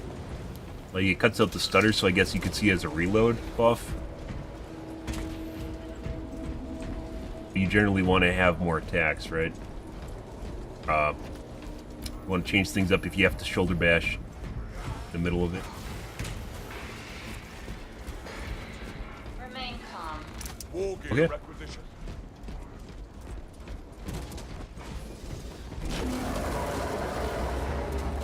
Fix. Take flight and let terror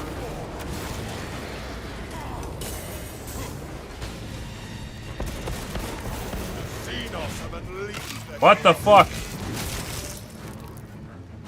Bro, fuck off. Holy fucking shit, Blizzard.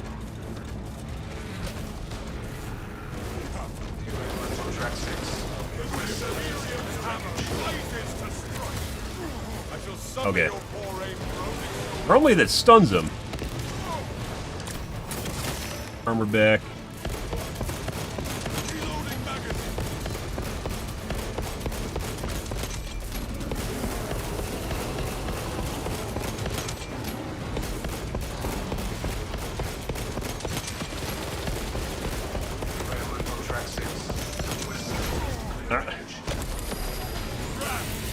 Oh! What the fuck was that? He just went in reverse?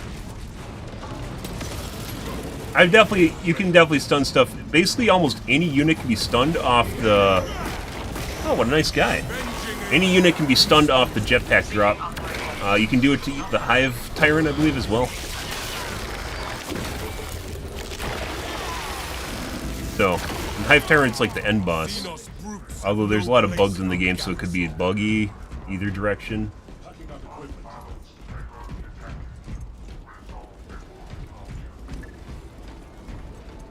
Found 2 armory data in the same area. One was from boss, though. The boss is 100% new. I don't even know if that was in the patch notes. This definitely was either with the patch or like on Friday patch. One earlier scene is always in the game, and I definitely don't think so. Request servitors to clear wreckage.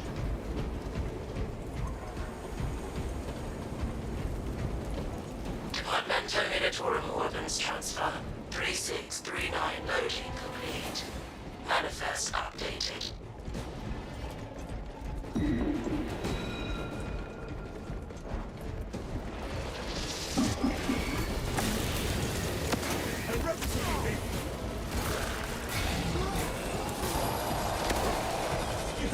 The Emperor sees in his head.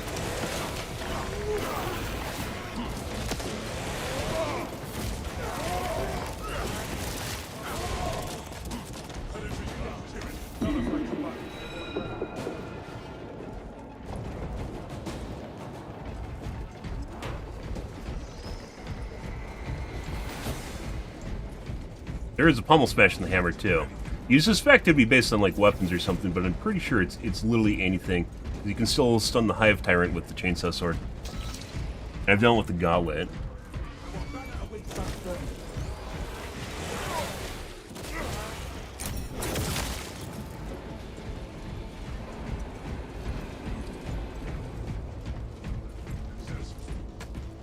Yep.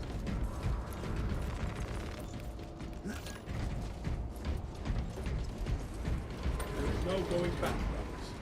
Pretty good.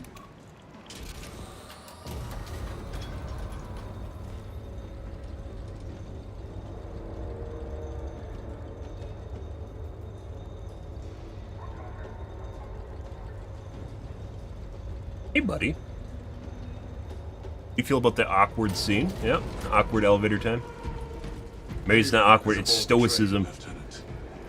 Good. Deploying. Boink. Target seen on spire.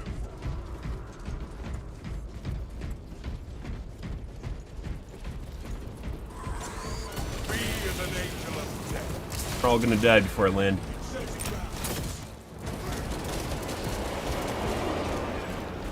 This way?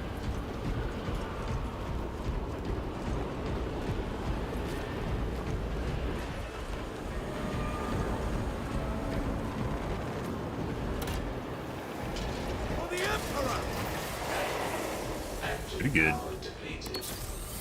Yeah. Only reason I'm doing it is just something else to level.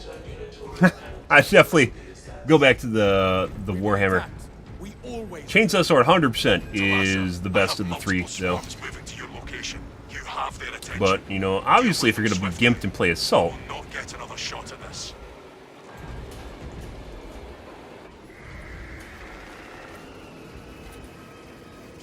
Routing confirmed.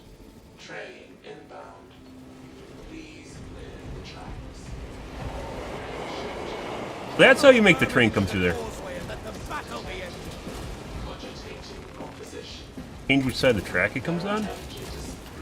Buddy. What? Fuck you. Get the fuck away from me.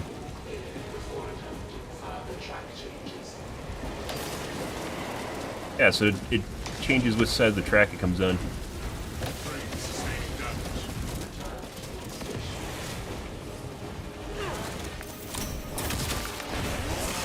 Got him.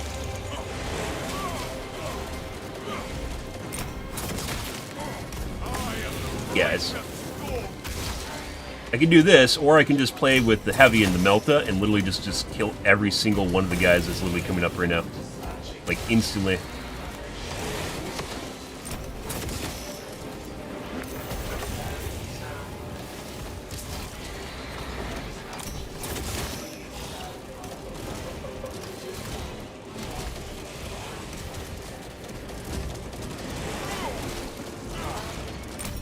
Give me my armor, please. Thank you.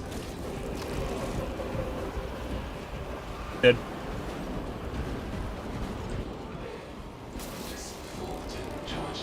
Power Fist has some issues too, but Power Fist is definitely better than Warhammer. In terms of performance, that is.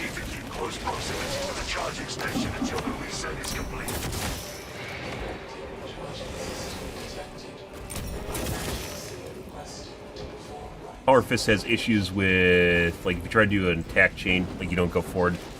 Sometimes it'll just bug out. Haha, you missed, guys.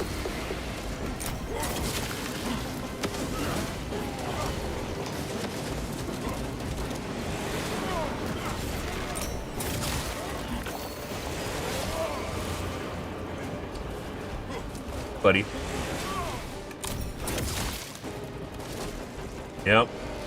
Yeah, we talked on the podcast earlier tonight, and the last couple streams, we were talking heavily about the risk-reward payoff of ranged versus melee, and how melee just gets the short end of the stick. Even when you're performing well, you just don't do nearly as much damage as you would with ranged. Like heavy, you can pull like 25k. Same with tactical. Much less risk and arguably much less skill.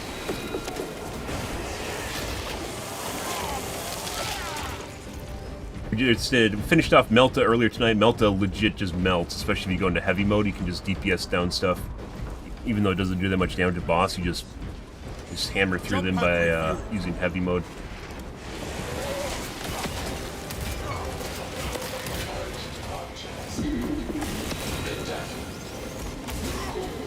Wait, what? And then I just fucking went off into the corner.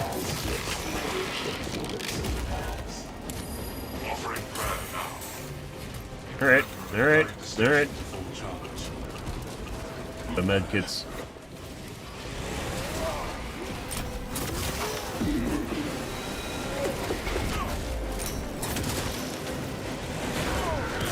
Take my armor again. Haven't done Bolter's next. We haven't done Bolter. We did Stone Thrower, which is definitely much better after the patch, with aka the heavy plasma. And then just finished Melta. Pretty sure the Bolter is the best out of the three options though for heavy.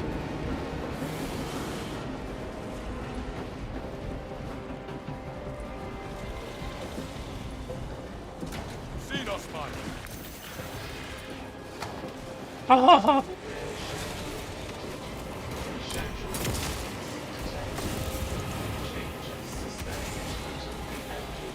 That's not where we want to be. Yeah, we're gonna die here from those green things. There's too many green things. We are 100% gonna die.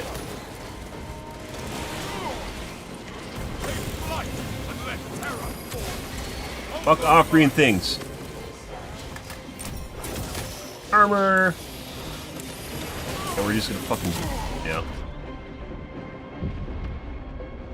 Dude!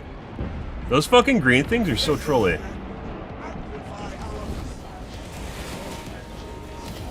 Most dangerous thing in the game is those little green flying orbs that just come out of nowhere.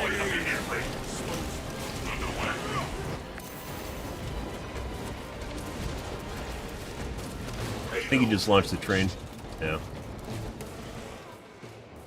Good for him.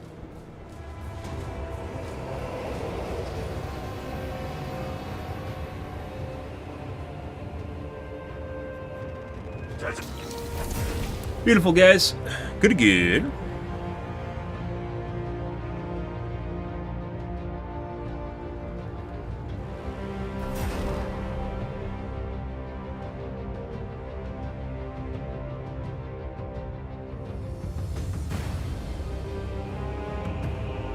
And 9k damage.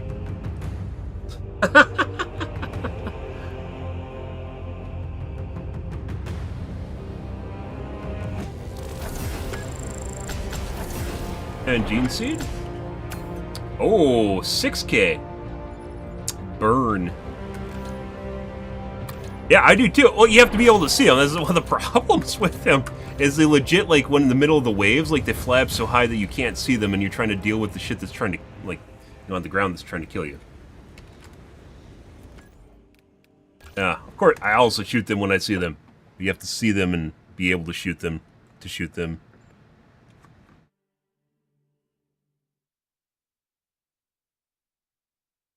I agree.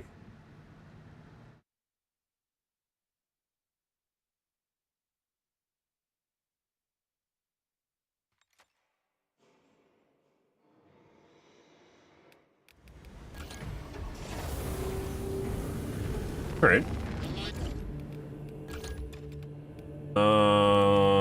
Yep. I think, as I mentioned before, we're gonna go top tree. None of the trees look all that appetizing for this guy. It do 0 damage.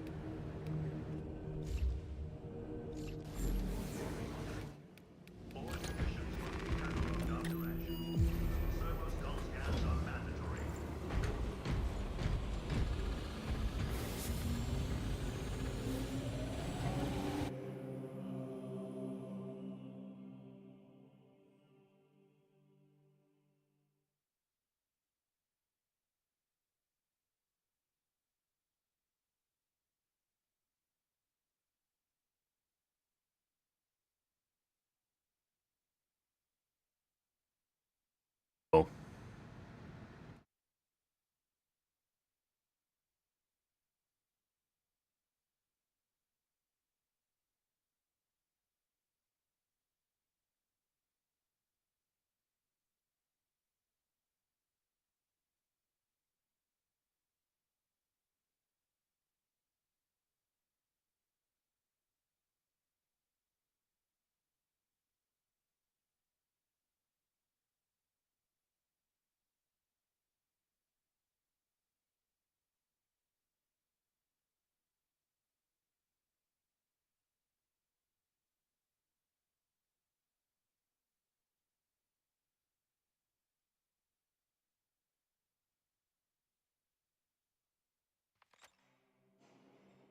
That's not good.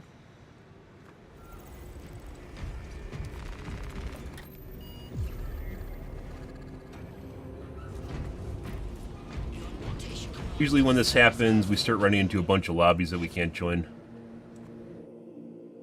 After we start the game.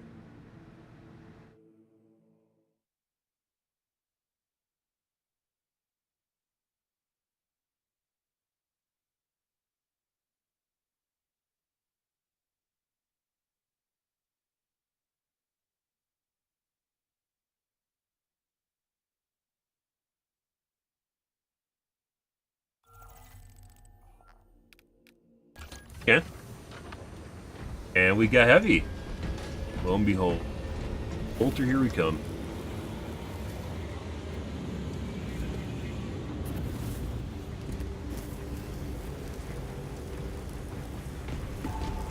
There's so much cool shit they could do with this game, guys. Like a dynamic, not only better blood on your armor, blood gore on your armor, but also a dynamic battle damage system for your Marines where they look scarred and beat up towards the end of the mission.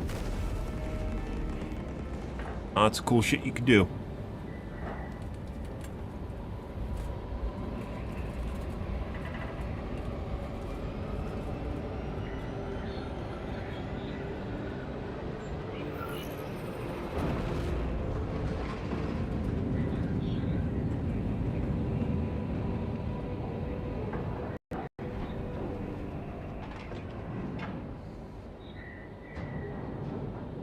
Yep.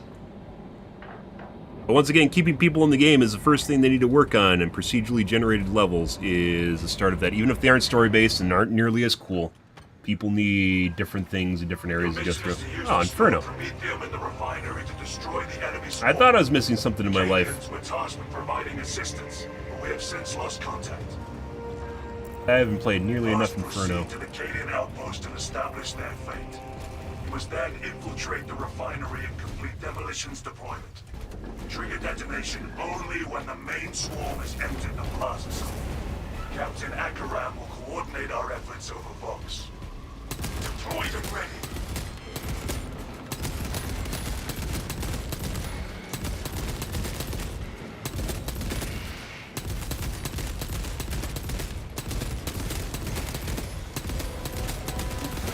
Sighted.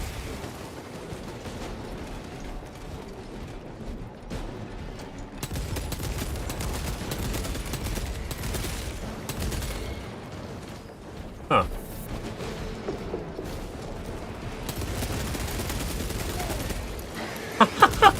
Jesus Christ.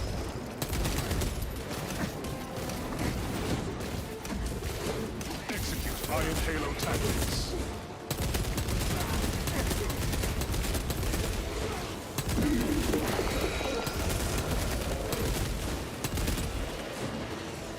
Throwing fragmentation grenade.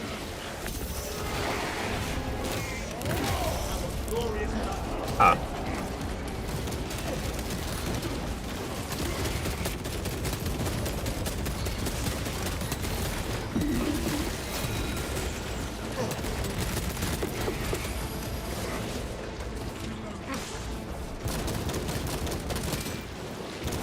Out here.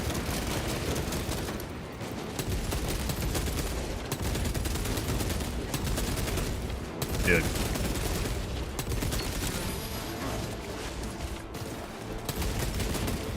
Still alive. Okay.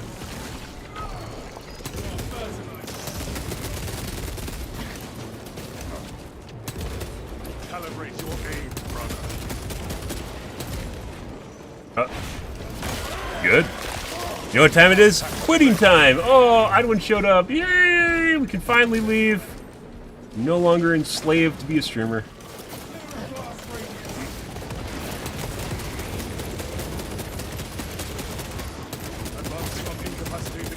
Put in the fire. If this was Helldivers 2, they'd be talking about how that shouldn't happen. It's the game's fault for having mechanics where you stand in it. Ah, hilarious. Christ. Holy fucking shit. We're just gonna go through this shit. Contaminant causing bodily distress.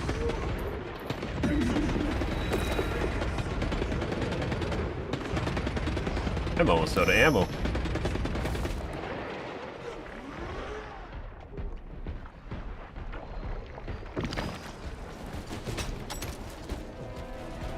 Crap on the ground. I need ammo. This is like the only mission where there's like a super long distance. I missed that. Clean ammo boxes at the beginning here.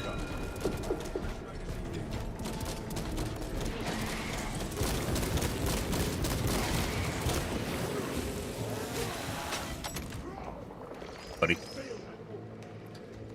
I have a small gripe with the bolter here is the fact that it has a tube.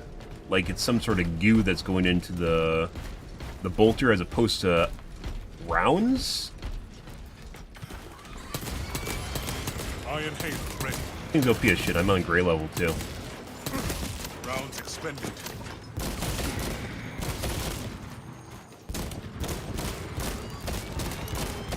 Reloading ammunition. Gray level, no perks, and it's OP as shit.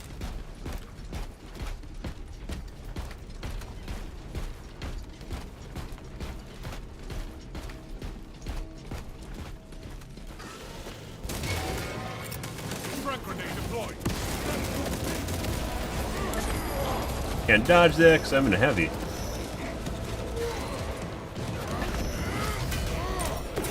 Buddy.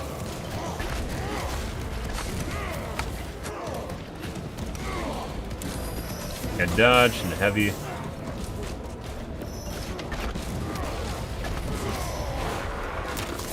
Dead. Elite level Xenos. Pacified. Oh, I have no ammo. Zone of contact. Ready anti-cycle tactics. Ammo.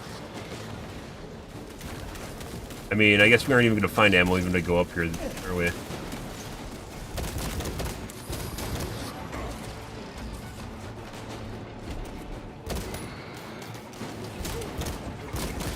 Go find a box or two. Reloading. I mean, I'm going down here. Intercepting projectiles. Guys, I'm a heavy. This is crazy. I'm not even a melee class, and I still get to do this. Fucking range on it. Oh, there's the green shits. Class tyranny. Prepare to come. There's another one. You gotta be fucking shitting me. You gotta be fucking shitting me. Alright, bud. Yeah. Well, this is potentially the case, so we should just go to the objective. Yeah. I'm gonna go down.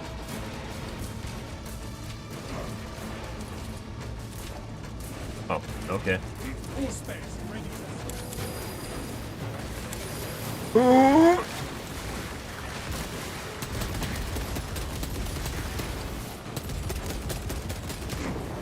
Drop. Christ. Yep. We got 3 bosses on top of us and a bunch of basic units. We should actually just go to the next objective. This is fucked up at this point.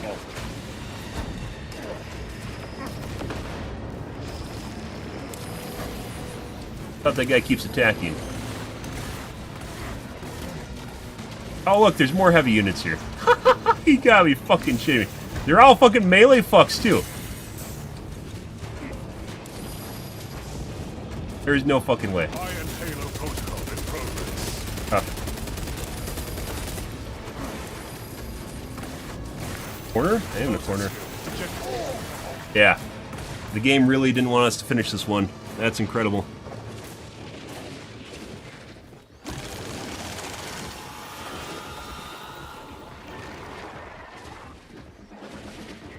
A double boss where we didn't have any ammo and like 12 major units and another boss spawn.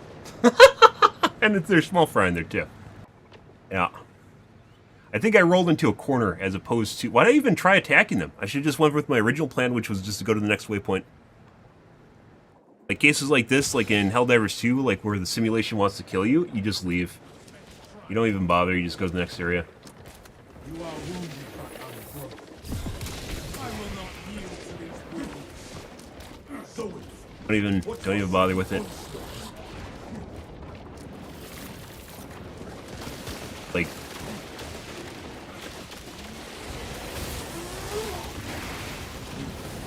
So much AoE on top of QD events, on top of small fry. Avenge our fallen king. Run as fast as you can. For slaying my brothers.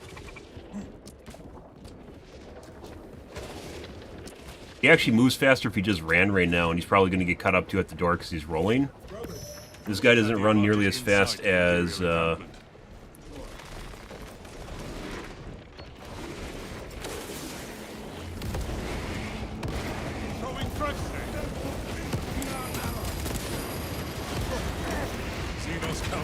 Did it just fucking go around the corner? We are inside the Astra Militarum. Talassa, you need to acquire the Astra Militarum demolition codes required to deploy and arm their ordnance. Source one from any soldier you see, alive or otherwise. Fucking Christ.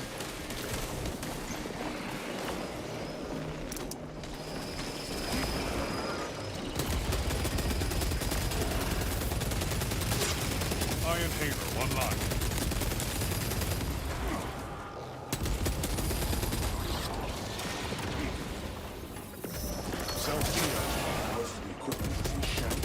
Fuck is the other guy? Yeah, he's hiding behind the fucking door.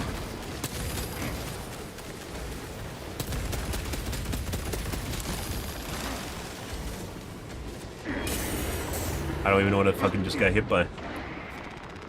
Obtaining armaments. Fragmentation grenade! Aid requested. Yep. Occasionally those double things get fucked up, where they just get stuck with one on one side of the door and one on the other side of the door, and there's nothing you can do about it. Like, stuck on a floor basically makes them invulnerable. Somehow, in the first area, guys, we ran into 2 bosses, like 12 major spawns, and a bunch of small fry. All in a small little area. Alright.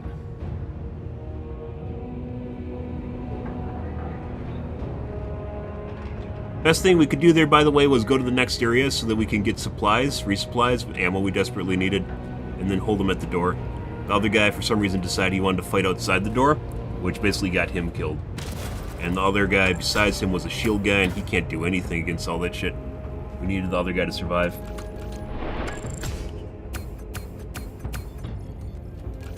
Good. More damage than the other guy.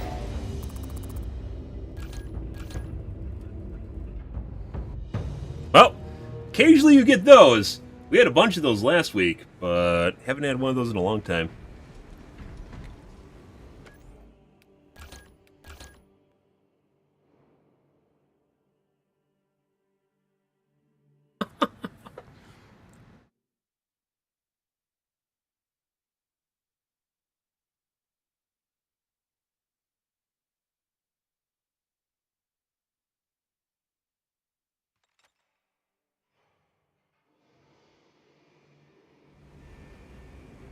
Okay.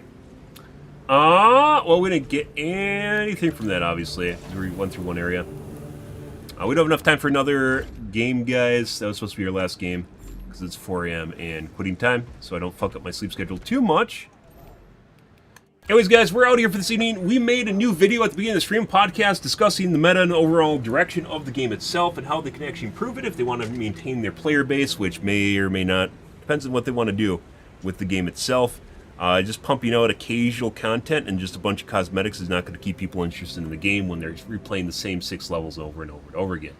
Procedural generation is definitely, obviously, the answer, and it doesn't need to be something extreme like Helldivers 2, but there needs to be ways like, like Binding of Isaac, where we're connecting a bunch of tiles together and making a new area, obviously not like Binding of Isaac in simplicity, but like connecting a bunch of areas together, changing encounters, changing how things interact. The boss encounters and areas are obviously a little bit more random now. But you're still basically trudging through the same exact area over and over and over again. And you can only do that so many times before you get bored of the game. It doesn't matter how cool the fucking cosmetics look in the game. And the cosmetics in this game are honestly phenomenal, right? It doesn't really matter because you're bored of the game. So what it's just going to turn into like Star Citizen, where you're like an NFT trader and you don't actually want to play the game. Not where you want to be. Obviously, you want people to be interested enough to play the game, so then they are interested in the cosmetics, right? But as it stands right now, people lose interest in the game very fast because operations, the campaign was like 10 hours or so. And then operations are not that repeatable, mainly because it's just very straightforward. Yeah, like procedural generation is the answer here. The gameplay loop itself outside of the missions is alright. There's obviously a lot of balancing concerns, especially concerning ranged versus melee. We talked about this for about 1 hour and 30 at the beginning of the stream of the podcast. It's up on YouTube if you guys are interested in that. But like just content itself isn't, like classes obviously would make a big difference, and apparently there's one that's planned. I believe it's Apothecary, but I don't have any source for that. However, what really matters is having procedural generation. It doesn't need to be the same complexity as these missions, because they put a lot of effort into making these, right? These story mode missions are actually very in depth. That being said, because they're so linear, you can only play these a handful of times before you're bored with them. It doesn't matter how cool they look, because at the end of the day, you basically, like, you're just doing the same thing over and over again, going down the same alleyway over and over again, and it gets really boring and repetitive. They need, obviously this is the formula that Vermintide and Darktide have been using, but they need to have procedural generation. Even if they keep doing story missions, which they should, because they're actually really cool. They need to have procedural generation here where you can basically do missions that are, you know, flexible and different and changing. And while there is some amount of randomness to these missions, it's not enough to actually change how, like, the outcome of the missions at all. They're set in stone. People can only play these for like 6 or 7 times. I play them more than that because I'm a streamer. But even then, like, we're talking about like the juxtaposition between the amount of time it takes you to like get good at melee versus how long it takes you to get bored with the game. And like, you still can get better at like melee and skill in this game while basically already being bored of all the operations and campaign. And PvP I don't even consider an option because it's basically like bad God of War. Not God of War, Gears of War. Bad Gears of War or Halo, and I'm not really interested in that. I don't think most people are. There's ways they could retool that. Once again, we covered that in the podcast earlier this evening. But what really, really, really matters is procedurally generated levels. And once again, they don't need to be super complex because these all are very complex levels. But they need to be able to change things up and, you know, do different things. And like, for instance, here in, which one is it?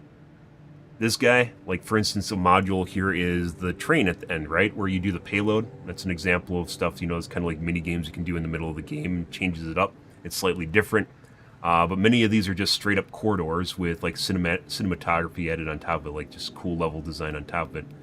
But at the end of the day, it get very boring when you do it for the nth time. So, but we're out here for this evening, guys. I'd highly recommend if you're interested in looking at like a further outlook for the game, and they definitely should prioritize procedural generation or at the very least level design, because they need to spit that shit out fast because people are already bored of the game if they want to hang on to their player base. But otherwise, guys, later tonight will probably be World of Warcraft, but I said that the last couple nights and it hasn't been. Mainly tonight I wanted to make a video on Warhammer, and we did that earlier.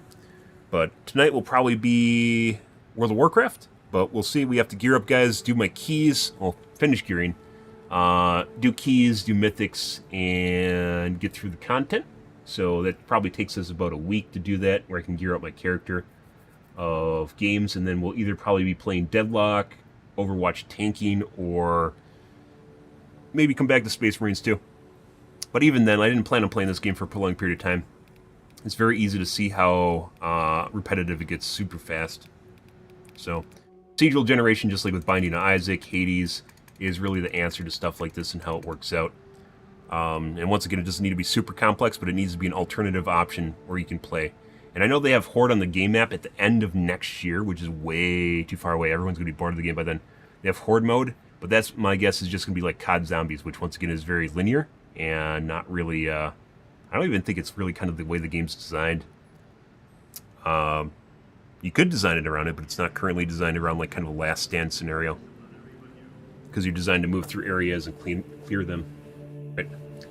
But we'll see, guys. I'm out here for the evening, guys. Tonight will probably be World of Warcraft. If you are new to the stream, you enjoyed the bullshit, enjoyed watching me get mowed over by a bunch of bosses, make sure the follow button on your select platform. I stream to Kick, Facebook, YouTube, Twitch, Trovo, as well as TikTok every day from late night to early morning, GMT-6, so late night North America time.